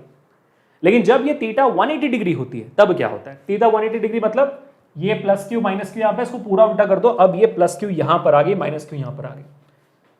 अब आप इसको अगर थोड़ा सा हिलाओगे ऐसे, ठीक है, आपने जैसे वहां पर इसको ऐसे हिलाया था, वैसे ही आप यहां पर भी इसको ऐसे हिलाओगे तो क्या होगा, अगर आप इसको ऐसे हिलाओगे तो प्रॉब्लम देखो क्या है, माइनस क्यू है यहां पे, और माइनस क्यू पे जो फोर्स होता है वो इलेक्ट्रिक फील्ड के ऑपोजिट होता है, तो माइनस क्यू ऐसे है, ठीक है, ऐसे आपने हिलाया, थोड़ा सा मीन पोजीशन से हिलाया, माइनस क्यू पे फोर्स इस तरफ होगा, इस तरफ नहीं, तो आपका जो फोर्स क्या है, फोर्स की वजह से टॉर्क आपका इस डायरेक्शन में मूव होगा, और प्लस क्यू पे भी charge along the electric field होगी फोर्स, तो ये इसके ऊपर भी फोर्स इस डायरेक्शन में होगा। ठीक है, तो आप देखोगे होगा क्या, आपने थोड़ा सा लाया तो वापस अपने मेन पोजीशन में जाने के बदले आपका जो डाइपोल है वो पूरा ऐसे घूम जाएगा। तो ये इक्विलिब्रियम में था, लेकिन वो स्टेबल इक्विलिब्रियम नहीं था, वो अनस्टेबल इक्विलिब्रियम था।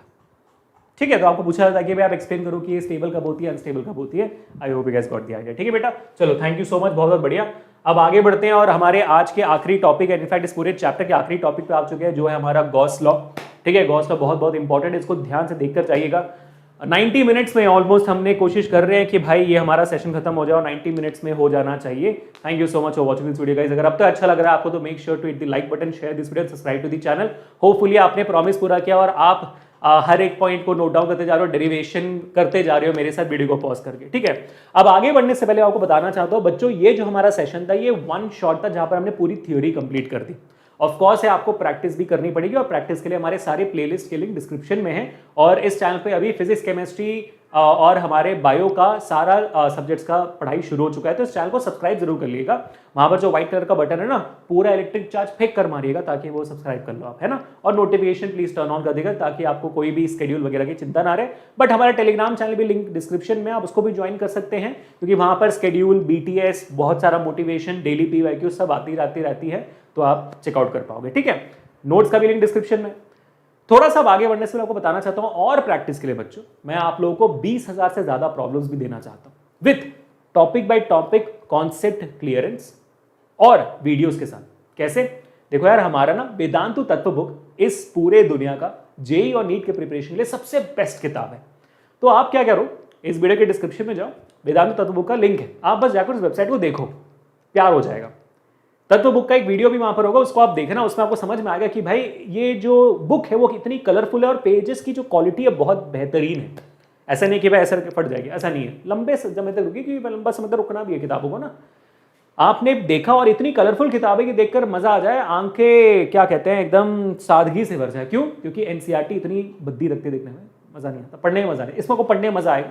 और एनसीईआरटी फिर आप भूल सकते हो क्योंकि इसमें topic by topic, point by point सारे इंपॉर्टेंट पॉइंट्स लिखे हुए हैं, सारे फॉर्मूलाज है, सारे चार्ट्स हैं, टेबल्स है, फॉर्मूलाज है, डेरिवेशंस है, शॉर्टकट टिप्स एंड ट्रिक्स सब कुछ से भरे हुए हैं, ठीक है। और उसी पेज के थोड़ा बॉटम में आते हो ना, पढ़कर समझ नहीं आता है तो एक QR कोड होता है बॉटम में, उसको स्कैन करोगे तो उस टॉपिक पे जो उस पेज पे लिखा हुआ है उससे रिलेटेड वीडियो होगा। हाँ जी, तो ये किताब सिर्फ किताब नहीं, इसमें हजारों वीडियोस भी एम्बेडेड है। आपने देखा वीडियो और टॉपिक समझ पढ़कर नहीं आया तो देखकर आ गया, बढ़िया।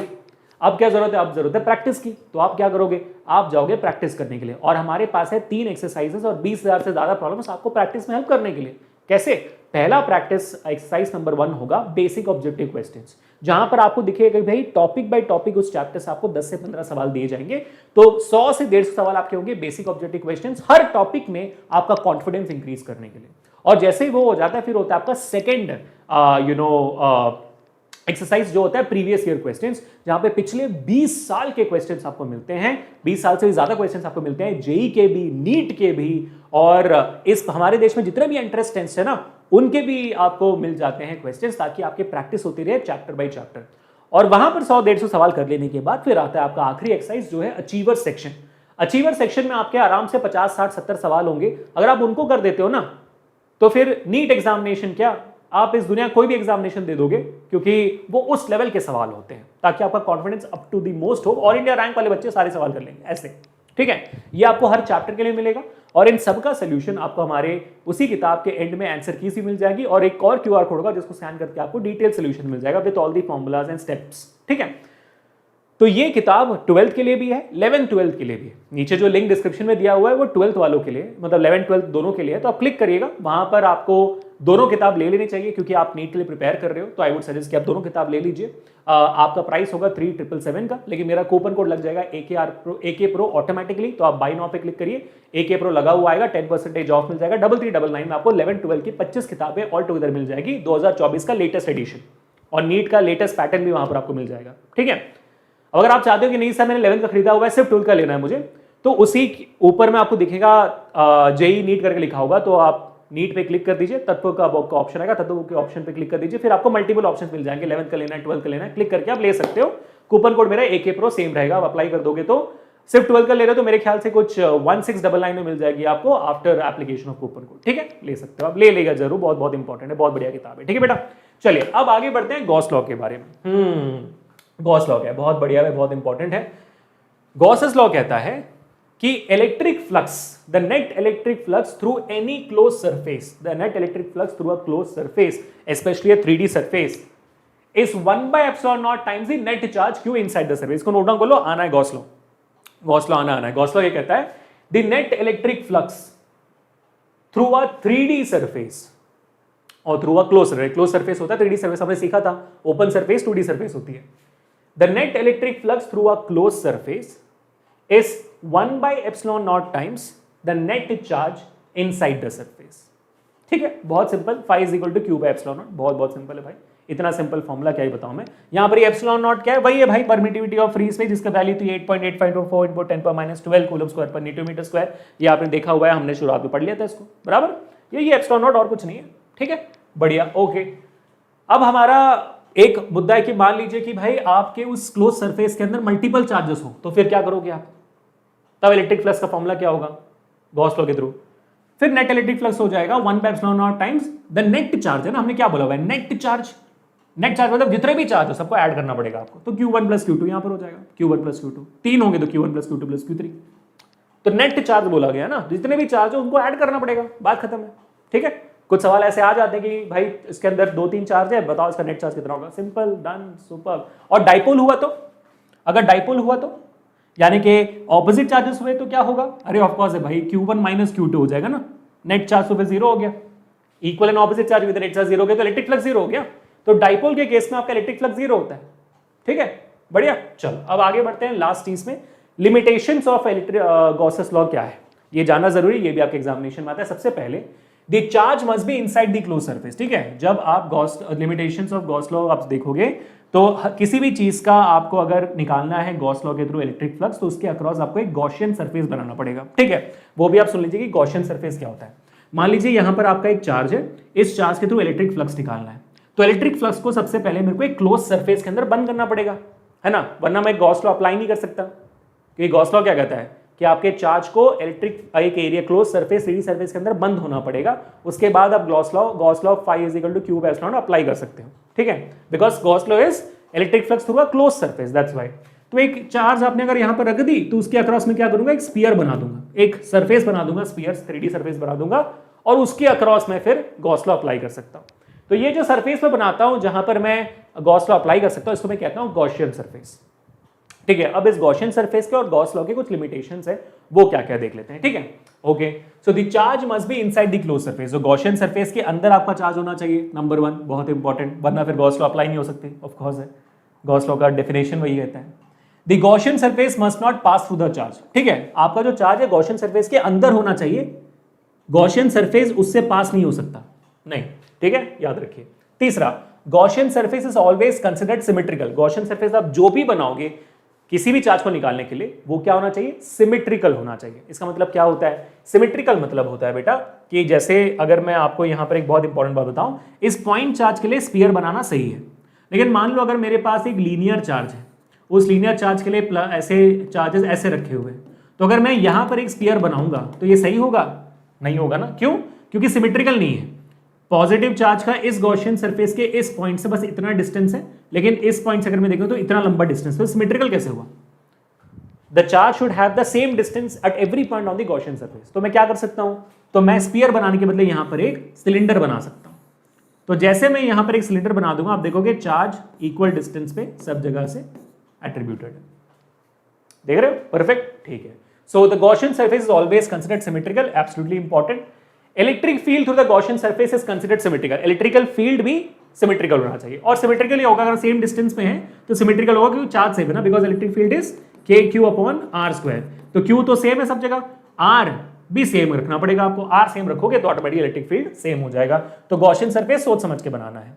If there are multiple charges inside the surface then net electric flux is addition of them, है ना, ये भी हमने सीख लिया, 5वां limitation. 6th limitation, net electric flux only enclosed charges, electric field inside plus outside charges। हाँ, आपका जो नेट इलेक्ट्रिक फ्लक्स होता है वो सिर्फ और सिर्फ अंदर जो चार्ज है उसका उसका कंसिडरेशन लेता है। अगर इस गॉसियन सरफेस के बाहर एक और चार्ज है तो इसका इलेक्ट्रिक फ्लक्स से कोई फर्क नहीं पड़ता, हमें सिर्फ जो चार्ज अंदर है उससे फर्क पड़ता है। लेकिन इलेक्ट्रिक फील्ड की बात करेंगे, अगर मुझे इस चार्ज का इलेक्ट्रिक फील्ड निकालना है तो वो उसका इंपैक्ट इस क्यू के ऊपर भी पड़ेगा, क्योंकि ये क्यू यहां पर है तो इसका भी इलेक्ट्रिक फील्ड आ रहा होगा, इसका भी इलेक्ट्रिक फील्ड आ रहा होगा, तो आपके गॉसियन सरफेस पे इलेक्ट्रिक फील्ड दोनों का इंपैक्ट पड़ेगा। तो इलेक्ट्रिक फील्ड जब निकालने जाओगे तो it is inside plus outside, but electric flux जब निकालने जाओगे it's only about inside electric flux, ठीक है। चलो ये आपके लिमिटेशंस हो गए। अब 3 और है। Electric flux due to dipole is 0, ये हमने देख लिया था क्योंकि इक्वल एंड ऑपोजिट चार्ज है तो plus Q minus Q cancel out कर लेंगे। Net electric flux due to neutral charges of course is equal to 0, neutral charge है ब्रो अगेन, ठीक है, because phi is equal to Q/ε0, Q है नहीं, neutral है, 0 खत्म, ठीक है। 9, theta must be same at all point 0 degree 90 degree, theta must all the same, मतलब जो हमने कहा था आपको दी कोऑर्डिनेट्स जो आपका डिस्क के इलेक्ट्रिक फील्ड है वो आपका थीटा सेम होना चाहिए, थीटा डिफरेंस नहीं हो सकता है, बहुत बहुत इंपॉर्टेंट है। और हाँ of course EA cos theta आपका इलेक्ट्रिक फ्लक्स बनता है, तो इलेक्ट्रिक फील्ड और आपके एरिया वेक्टर के बीच में भी 0 डिग्री का एंगल होना चाहिए, वो डिफरेंट नहीं हो सकता है। ठीक है, चलो बहुत बढ़िया गाइस, आगे बढ़ते हैं। अब बात करते हैं electric field due to a uniformly charge spherical shell considering this. ठीक है, considering this.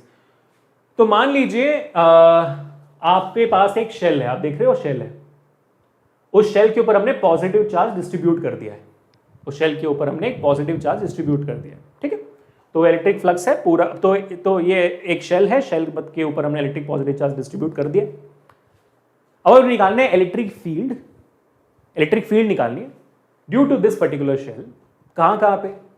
Outside the shell, on the shell and inside the shell.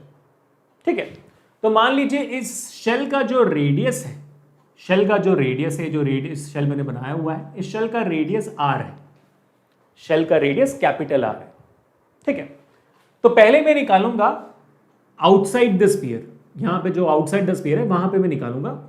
तो outside the sphere at point P अगर मुझे निकालना है what is the electric field about this thin spherical shell, तो मैं क्या करूंगा, पहले एक गॉसियन सरफेस बना दूंगा पॉइंट पी के अक्रॉस। ठीक है, मैंने पॉइंट गॉसियन सरफेस बना दिया, पॉइंट पी मैंने उस गॉसियन सरफेस में ले लिया और शेल के सेंटर से इस पी तक का डिस्टेंस मैंने आर ले लिया, स्मॉल आर ले लिया। ठीक है, चलो परफेक्ट है। तो आउटसाइड द शेल की जब मैं बात करता हूं, इलेक्ट्रिक फ्लक्स के डेफिनेशन से हम जानते हैं 5 is equal to E A cos theta. ठीक है, ई ए कॉस थीटा होता है, तो थीटा कॉस थीटा निकाल देता तो ई डॉट ए बन जाता है। लेकिन यहां पर हम सिर्फ इस पॉइंट का निकाल रहे हैं, पॉइंट पी, तो मान लेते कि भाई यहां पे एक स्मॉल एरिया जिसको मैंने अज्यूम किया है डीएस, एक सर्कुलर एरिया मैंने अज्यूम कर लिया जो है डीएस, और वहां से जो इलेक्ट्रिक फील्ड निकल रही है वो मैंने मान लिया ई वेक्टर। तो ए के बदले मैंने ले लिया डी ए या डीएस आप ले सकते हो, उसको अभी इंटीग्रेट करेंगे। तो E यहां पर कांस्टेंट है, तो E बाहर आ जाएगी, integration of ds, what is integration of ds? s, that is basically again 5 is equal to EA, जो हमने फॉर्मूला बेसिक फॉर्मूला ना सीधा शुरुआत कर दो, from 5 definition 5 is equal to EA number 1 और E डॉट A लिख दिया। ठीक है, अब दूसरा गॉस लॉ से हम जानते हो 5 is equal to Q by epsilon naught, जानते हैं, सेकंड इक्वेशन, दोनों का बस इक्वेट कर दीजिए। अब जो हमने यहां तक किया है ना, ये बाकी आने वाले बाकी दो डेरिवेशंस के लिए भी सेम रहेंगे, तो प्लीज को नोट डाउन करना। आपने डेफिनेशन से फाई निकाला ES और आपने गॉस लॉ से फाई निकाला Q बाय एप्सिलॉन नॉट, दोनों को इक्वेट करोगे क्योंकि दोनों फाई है, तो ES is equal to Q by epsilon naught. So what is E? Electric field वही निकालना था, electric field due to uniformly charge spherical shell, तो electric field is equal to Q by S epsilon naught. ये आपका जो S था वो यहां पर आ गया Q by S epsilon naught. ठीक है, परफेक्ट। अब ये S क्या है, व्हाट इज दैट एरिया? भाई वहां पर जो मैंने एरिया अज्यूम किया वो एक सर्कुलर एरिया है, एरिया ऑफ द सर्कल क्या होता है 4 पाई आर स्क्वायर, तो आपने S को 4 पाई आर स्क्वायर से बांट दिया, तो 1 by 4 pi epsilon naught Q by R square बच गया आपके सामने, which is electric field is K Q by R square ना। 1 बाई 4 पाई एप्सिलॉन नॉट क्या होता है, K होता है, K Q by R square. यार ये तो वही फॉर्मूला है जो इलेक्ट्रिक फील्ड का एक्चुअल फॉर्मूला है, बात खत्म। तो आउटसाइड द शेल आपका formula of electric field is going to be K Q by R square, यानी कि आपका जो ये थिन स्फेरिकल शेल है it acts as a point charge.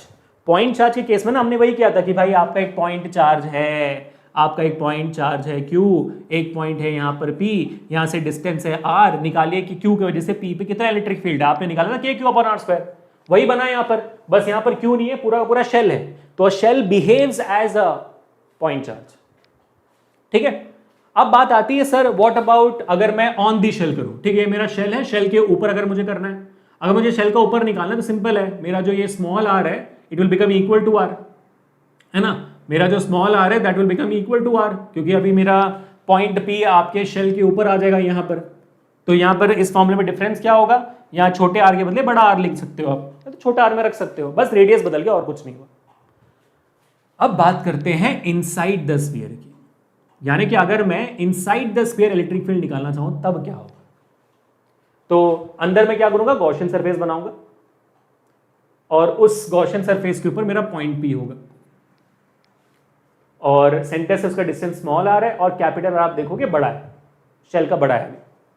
अब मेरा सिंपल सा सवाल है, इस गॉसियन सरफेस के अंदर कोई भी चार्ज है, क्योंकि चार्ज तो सब शेल के ऊपर है, क्या इस गॉसियन सरफेस के अंदर कोई भी चार्ज है? The answer is no, there is no charge. तो इलेक्ट्रिक फ्लक्स क्या होगा, जीरो। इलेक्ट्रिक फ्लक्स क्या हो जाएगी, जीरो। इलेक्ट्रिक फ्लक्स जीरो हो गया तो इलेक्ट्रिक फील्ड जीरो, है ना, बात खत्म। Phi is equal to zero from Gauss law. Done. अब मेजर मुद्दा यह कि इसके ऊपर एक बहुत ही बढ़िया ग्राफ बनता है। अगर मैं इलेक्ट्रिक फील्ड और स्फेरिकल शेल के रेडियस के बीच में ग्राफ बनाऊं तो देखना बहुत मजेदार चीज है। Electric field inside the shell 0 होती है, फिर सरफेस पे अचानक से KQ/R हो जाती है ना, KQ/R² के फॉर्मूला से अचानक से इलेक्ट्रिक फील्ड बढ़ जाती है सरफेस पे।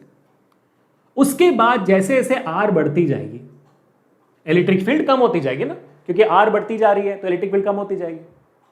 क्यों तो सेम है, डिस्टेंस के साथ इलेक्ट्रिक फील्ड कम होते जाएगा।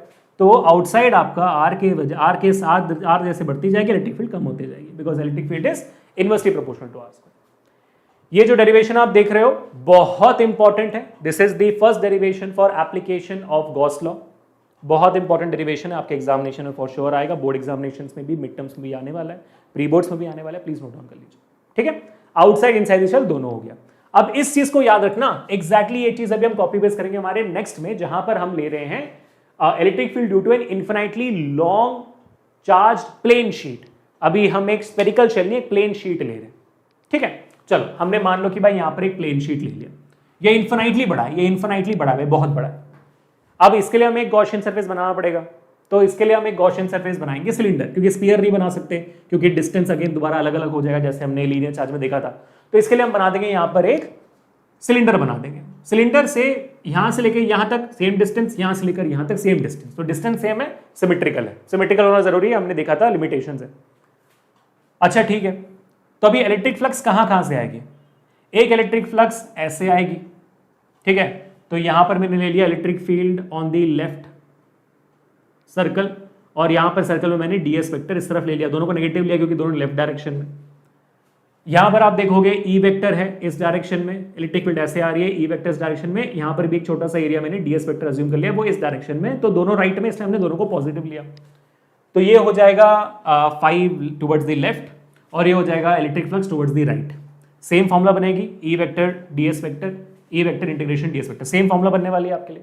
ठीक है, हाँ सर, लेकिन इलेक्ट्रिक फ्लक्स देखिए ऐसे ऊपर भी जा सकता है, हाँ जा सकता है बिल्कुल, ठीक है, लेकिन इलेक्ट्रिक फील्ड तो एक ही डायरेक्शन होगी ना, इलेक्ट्रिक फील्ड यहां से यहीं जाएगी, परपेंडिकुलर जाएगी, तो इलेक्ट्रिक फील्ड इस डायरेक्शन में, और सिलेंडर के जो, अगर मैं यहां पर ये जो कर्व सरफेस एरिया सिलेंडर का उसको अज्यूम करूंगा, तो एरिया वेक्टर हमेशा आपके सिलेंडर, आपके सरफेस से परपेंडिकुलर होता है। तो आप देखोगे इलेक्ट्रिक फील्ड ऐसे, एरिया ऐसे, तो थीटा 90 हो गया, थीटा 90 हो गया, तो फिर आपका इलेक्ट्रिक फ्लक्स जीरो हो जाता है, क्योंकि EA cos थीटा होता है, थीटा 90 हो गया तो आपका EA भी जीरो हो जाता है, आपका इलेक्ट्रिक फ्लक्स जीरो हो गया। इसी वजह से कर्व्ड सरफेस एरिया जो है आपके सिलेंडर का, वहां पर कोई भी इलेक्ट्रिक फ्लक्स नहीं होगा। तो इससे जो भी इलेक्ट्रिक फ्लक्स निकल रहा है वो सिर्फ इन दोनों बड़े बड़े सर्कल से निकल रहा है। ठीक है बेटा, ये समझ में आ गया? चलो, तो net electric flux is equal to what? Net electric flux is equal to φ1, यानी कि 5 towards the left, electric flux towards the right, plus electric flux from the curved surface which is 0. Electric flux left में क्या है भाई? ES, integration कर दोगे तो ES बनेगा, राइट में क्या है भाई? ES, तो क्या हो गया वैल्यू? 2ES, तो नेट इलेक्ट्रिक फ्लक्स कितना हुआ? 2ES, नंबर 1 मिल गया। नंबर 2 गॉस लॉ क्या कहता है?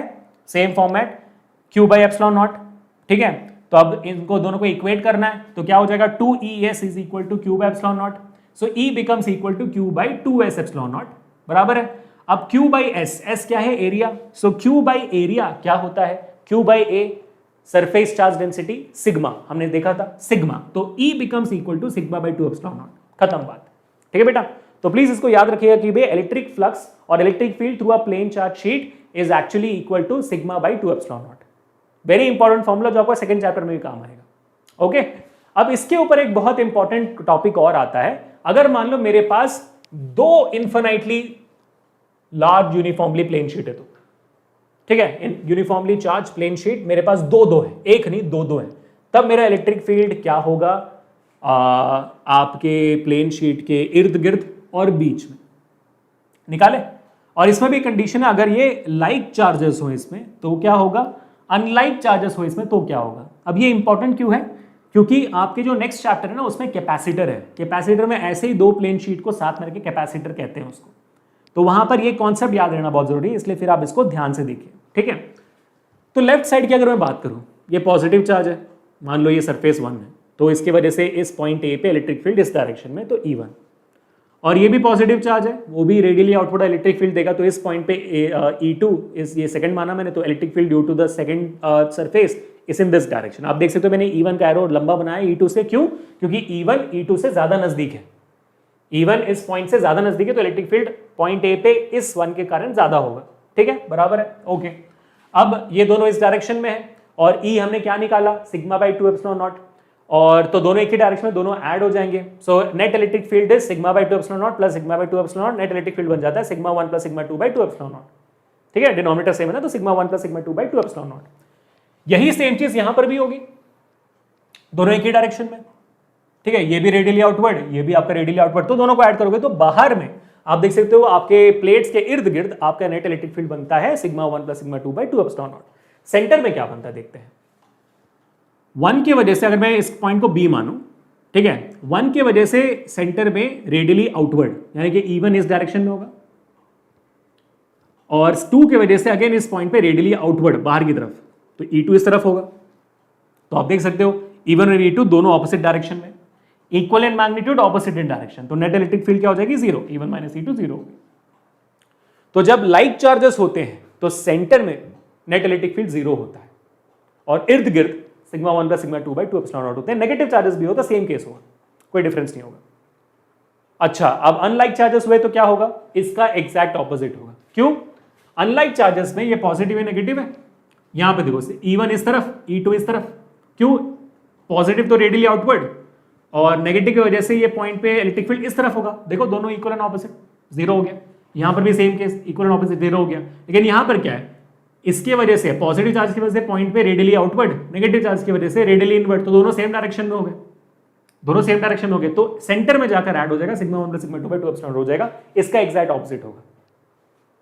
कैपेसिटर केस में यही होता है। ठीक है, समझ में आ गई बात? बहुत बहुत बढ़िया गाइस, कांग्रेचुलेशंस, ये भी कंप्लीट हो गया हमारा। Going forward for the last and the final topic I think, हाँ बस क्या है भाई हमारा, अब हम ले रहे हैं लीनियर चार्ज। ठीक है, हमने प्लेन शीट भी कर लिया, अब हम कर रहे हैं लीनियर चार्ज। और लीनियर चार्ज के लिए मैंने आपको बोला था कि भाई हम गॉसियन सरफेस बनाएंगे सिलेंडर का। ठीक है, सिलेंडर बना दिया, एक छोटा सा एरिया अज्यूम कर लिया, E vector dot ds vector. ठीक है, E वेक्टर ले लिया, इलेक्ट्रिक फील्ड बाहर निकल रही है छोटे से एरिया ds वेक्टर से, सेम फॉर्मूला अप्लाई करेंगे यहाँ पर। सेम फॉर्मूला क्या है भाई, from definition we know net electric flux is E into S, from Gauss law we know phi is equal to q by epsilon naught। दोनों को दोबारा इक्वेट करेंगे तो ES is equal to q by epsilon naught, S नीचे लग गया तो q by S epsilon naught बराबर। अब यहाँ पर सरफेस एरिया किसका है, सरफेस एरिया मेरा सिंपल सा सिलेंडर का है, सिलेंडर का टोटल कर्व सरफेस एरिया है, क्योंकि ऊपर नीचे को ऐड करने की जरूरत नहीं होती है, वहां से कोई इलेक्ट्रिक फ्लक्स फील्ड नहीं जा रही, जा भी रही है तो वो 0 है। कर्व सरफेस एरिया से मैंने उठा लिया कि भाई मेरा curve surface area of the cylinder क्या होता है, 2 पाई RL। ठीक है, तो Q अपॉन S के बदले में लिख दिया 2 पाई RL एप्सिलॉन नॉट। ठीक है, बराबर। अब Q बाई L क्या होता है, Q बाई L हम जानते हैं लैम्डा होती है लीनियर चार्ज डेंसिटी, तो Q बाई L के बदले हम लैम्डा लिख देंगे। सो lambda upon 2 pi R epsilon not हमारी लीनियर चार्ज डेंसिटी की थ्रू हमारा इलेक्ट्रिक फील्ड बन जाता है for a line charge. Done, super. जब हमने लीनियर चार्ज डेंसिटी किया था तब भी हमने यही फॉर्मूला आई थी ना, याद होगा आपको तो। ठीक है, I think that's it people. और सारे फॉर्मूलाज को मैंने यहां पर एक शीट पे लिख भी दिया है। ठीक है, चाहे वो क्या कहते हैं डाइपोल मोमेंट का हो, इलेक्ट्रिक फील्ड का हो, आपके इनिशियली नेट इलेक्ट्रिक फील्ड का हो, गॉस लॉ का हो, आपके कंटिन्यूस चार्ज डिस्ट्रीब्यूशन का हो, सब का फॉर्मूला, कूलम्ब, तो सारे फॉर्मूलाज मैंने यहाँ पर लिख भी दिए हैं, तो वो भी आप इस PDF नोट से डाउनलोड कर सकते हो जो आपको डिस्क्रिप्शन में मिल जाएगा। ठीक है बेटा, तो आई थिंक ऑलमोस्ट इन 90 और 100 minutes we have completed this entire chapter. Thank you so much for watching this video, really means a lot. ये पूरा का पूरा आपका चैप्टर कंप्लीट होता है अभी, एक भी टॉपिक ऐसा नहीं आपको जो इसके बाद एग्जामिनेशन में आ सकती है। होपफुली आपने सारे डेरिवेशंस खुद से कर लिए हैं ताकि आपका पूरा रिविजन हो गया। इसके बाद आपको एनसीईआरटी पढ़ने की भी जरूरत है, मैंने एनसीईआरटी पूरा कवर कर लिया। ठीक है बेटा, thank you so much for watching this video. तब तो बुक के बारे में आपको याद दिलाना चाहूंगा डिस्क्रिप्शन में, और साथ ही साथ मैं आपको एक और चीज याद दिला देता हूँ, 12th में प्रैक्टिस करते जाना बहुत इंपॉर्टेंट है, और वो भी एग्जैक्ट सेम पैटर्न से प्रैक्टिस करना बहुत इंपॉर्टेंट है। इसी वजह से मैंने आप लोगों के लिए सिर्फ और सिर्फ 1999 में क्लास 12th के बच्चों के लिए और ड्रॉपर्स के लिए पूरे साल का एनसीईआरटी पैटर्न बेस्ड टेस्ट रखा हुआ है जो आपके नीट में बहुत काम आएगा। उसी से बहुत सारे बच्चे टॉपर्स और रैंकर्स निकले हुए हैं टेस्ट सीरीज से, सिर्फ 1999 पे। उसका भी लिंक डिस्क्रिप्शन में डाल रहा हूं, जाइए वेबसाइट चेकआउट करिए और पूरे साल के टेस्ट को अपना बना दीजिए ताकि आपको टेस्ट के लिए कोई और किताब खरीदने की जरूरत ना पड़े। ठीक है, मिलते हैं बच्चों नेक्स्ट सेशन में। This is Abhishek signing off. Enjoy life, stay home, stay safe, stay strong. मिलते हैं नेक्स्ट सेशन में। Please like share subscribe.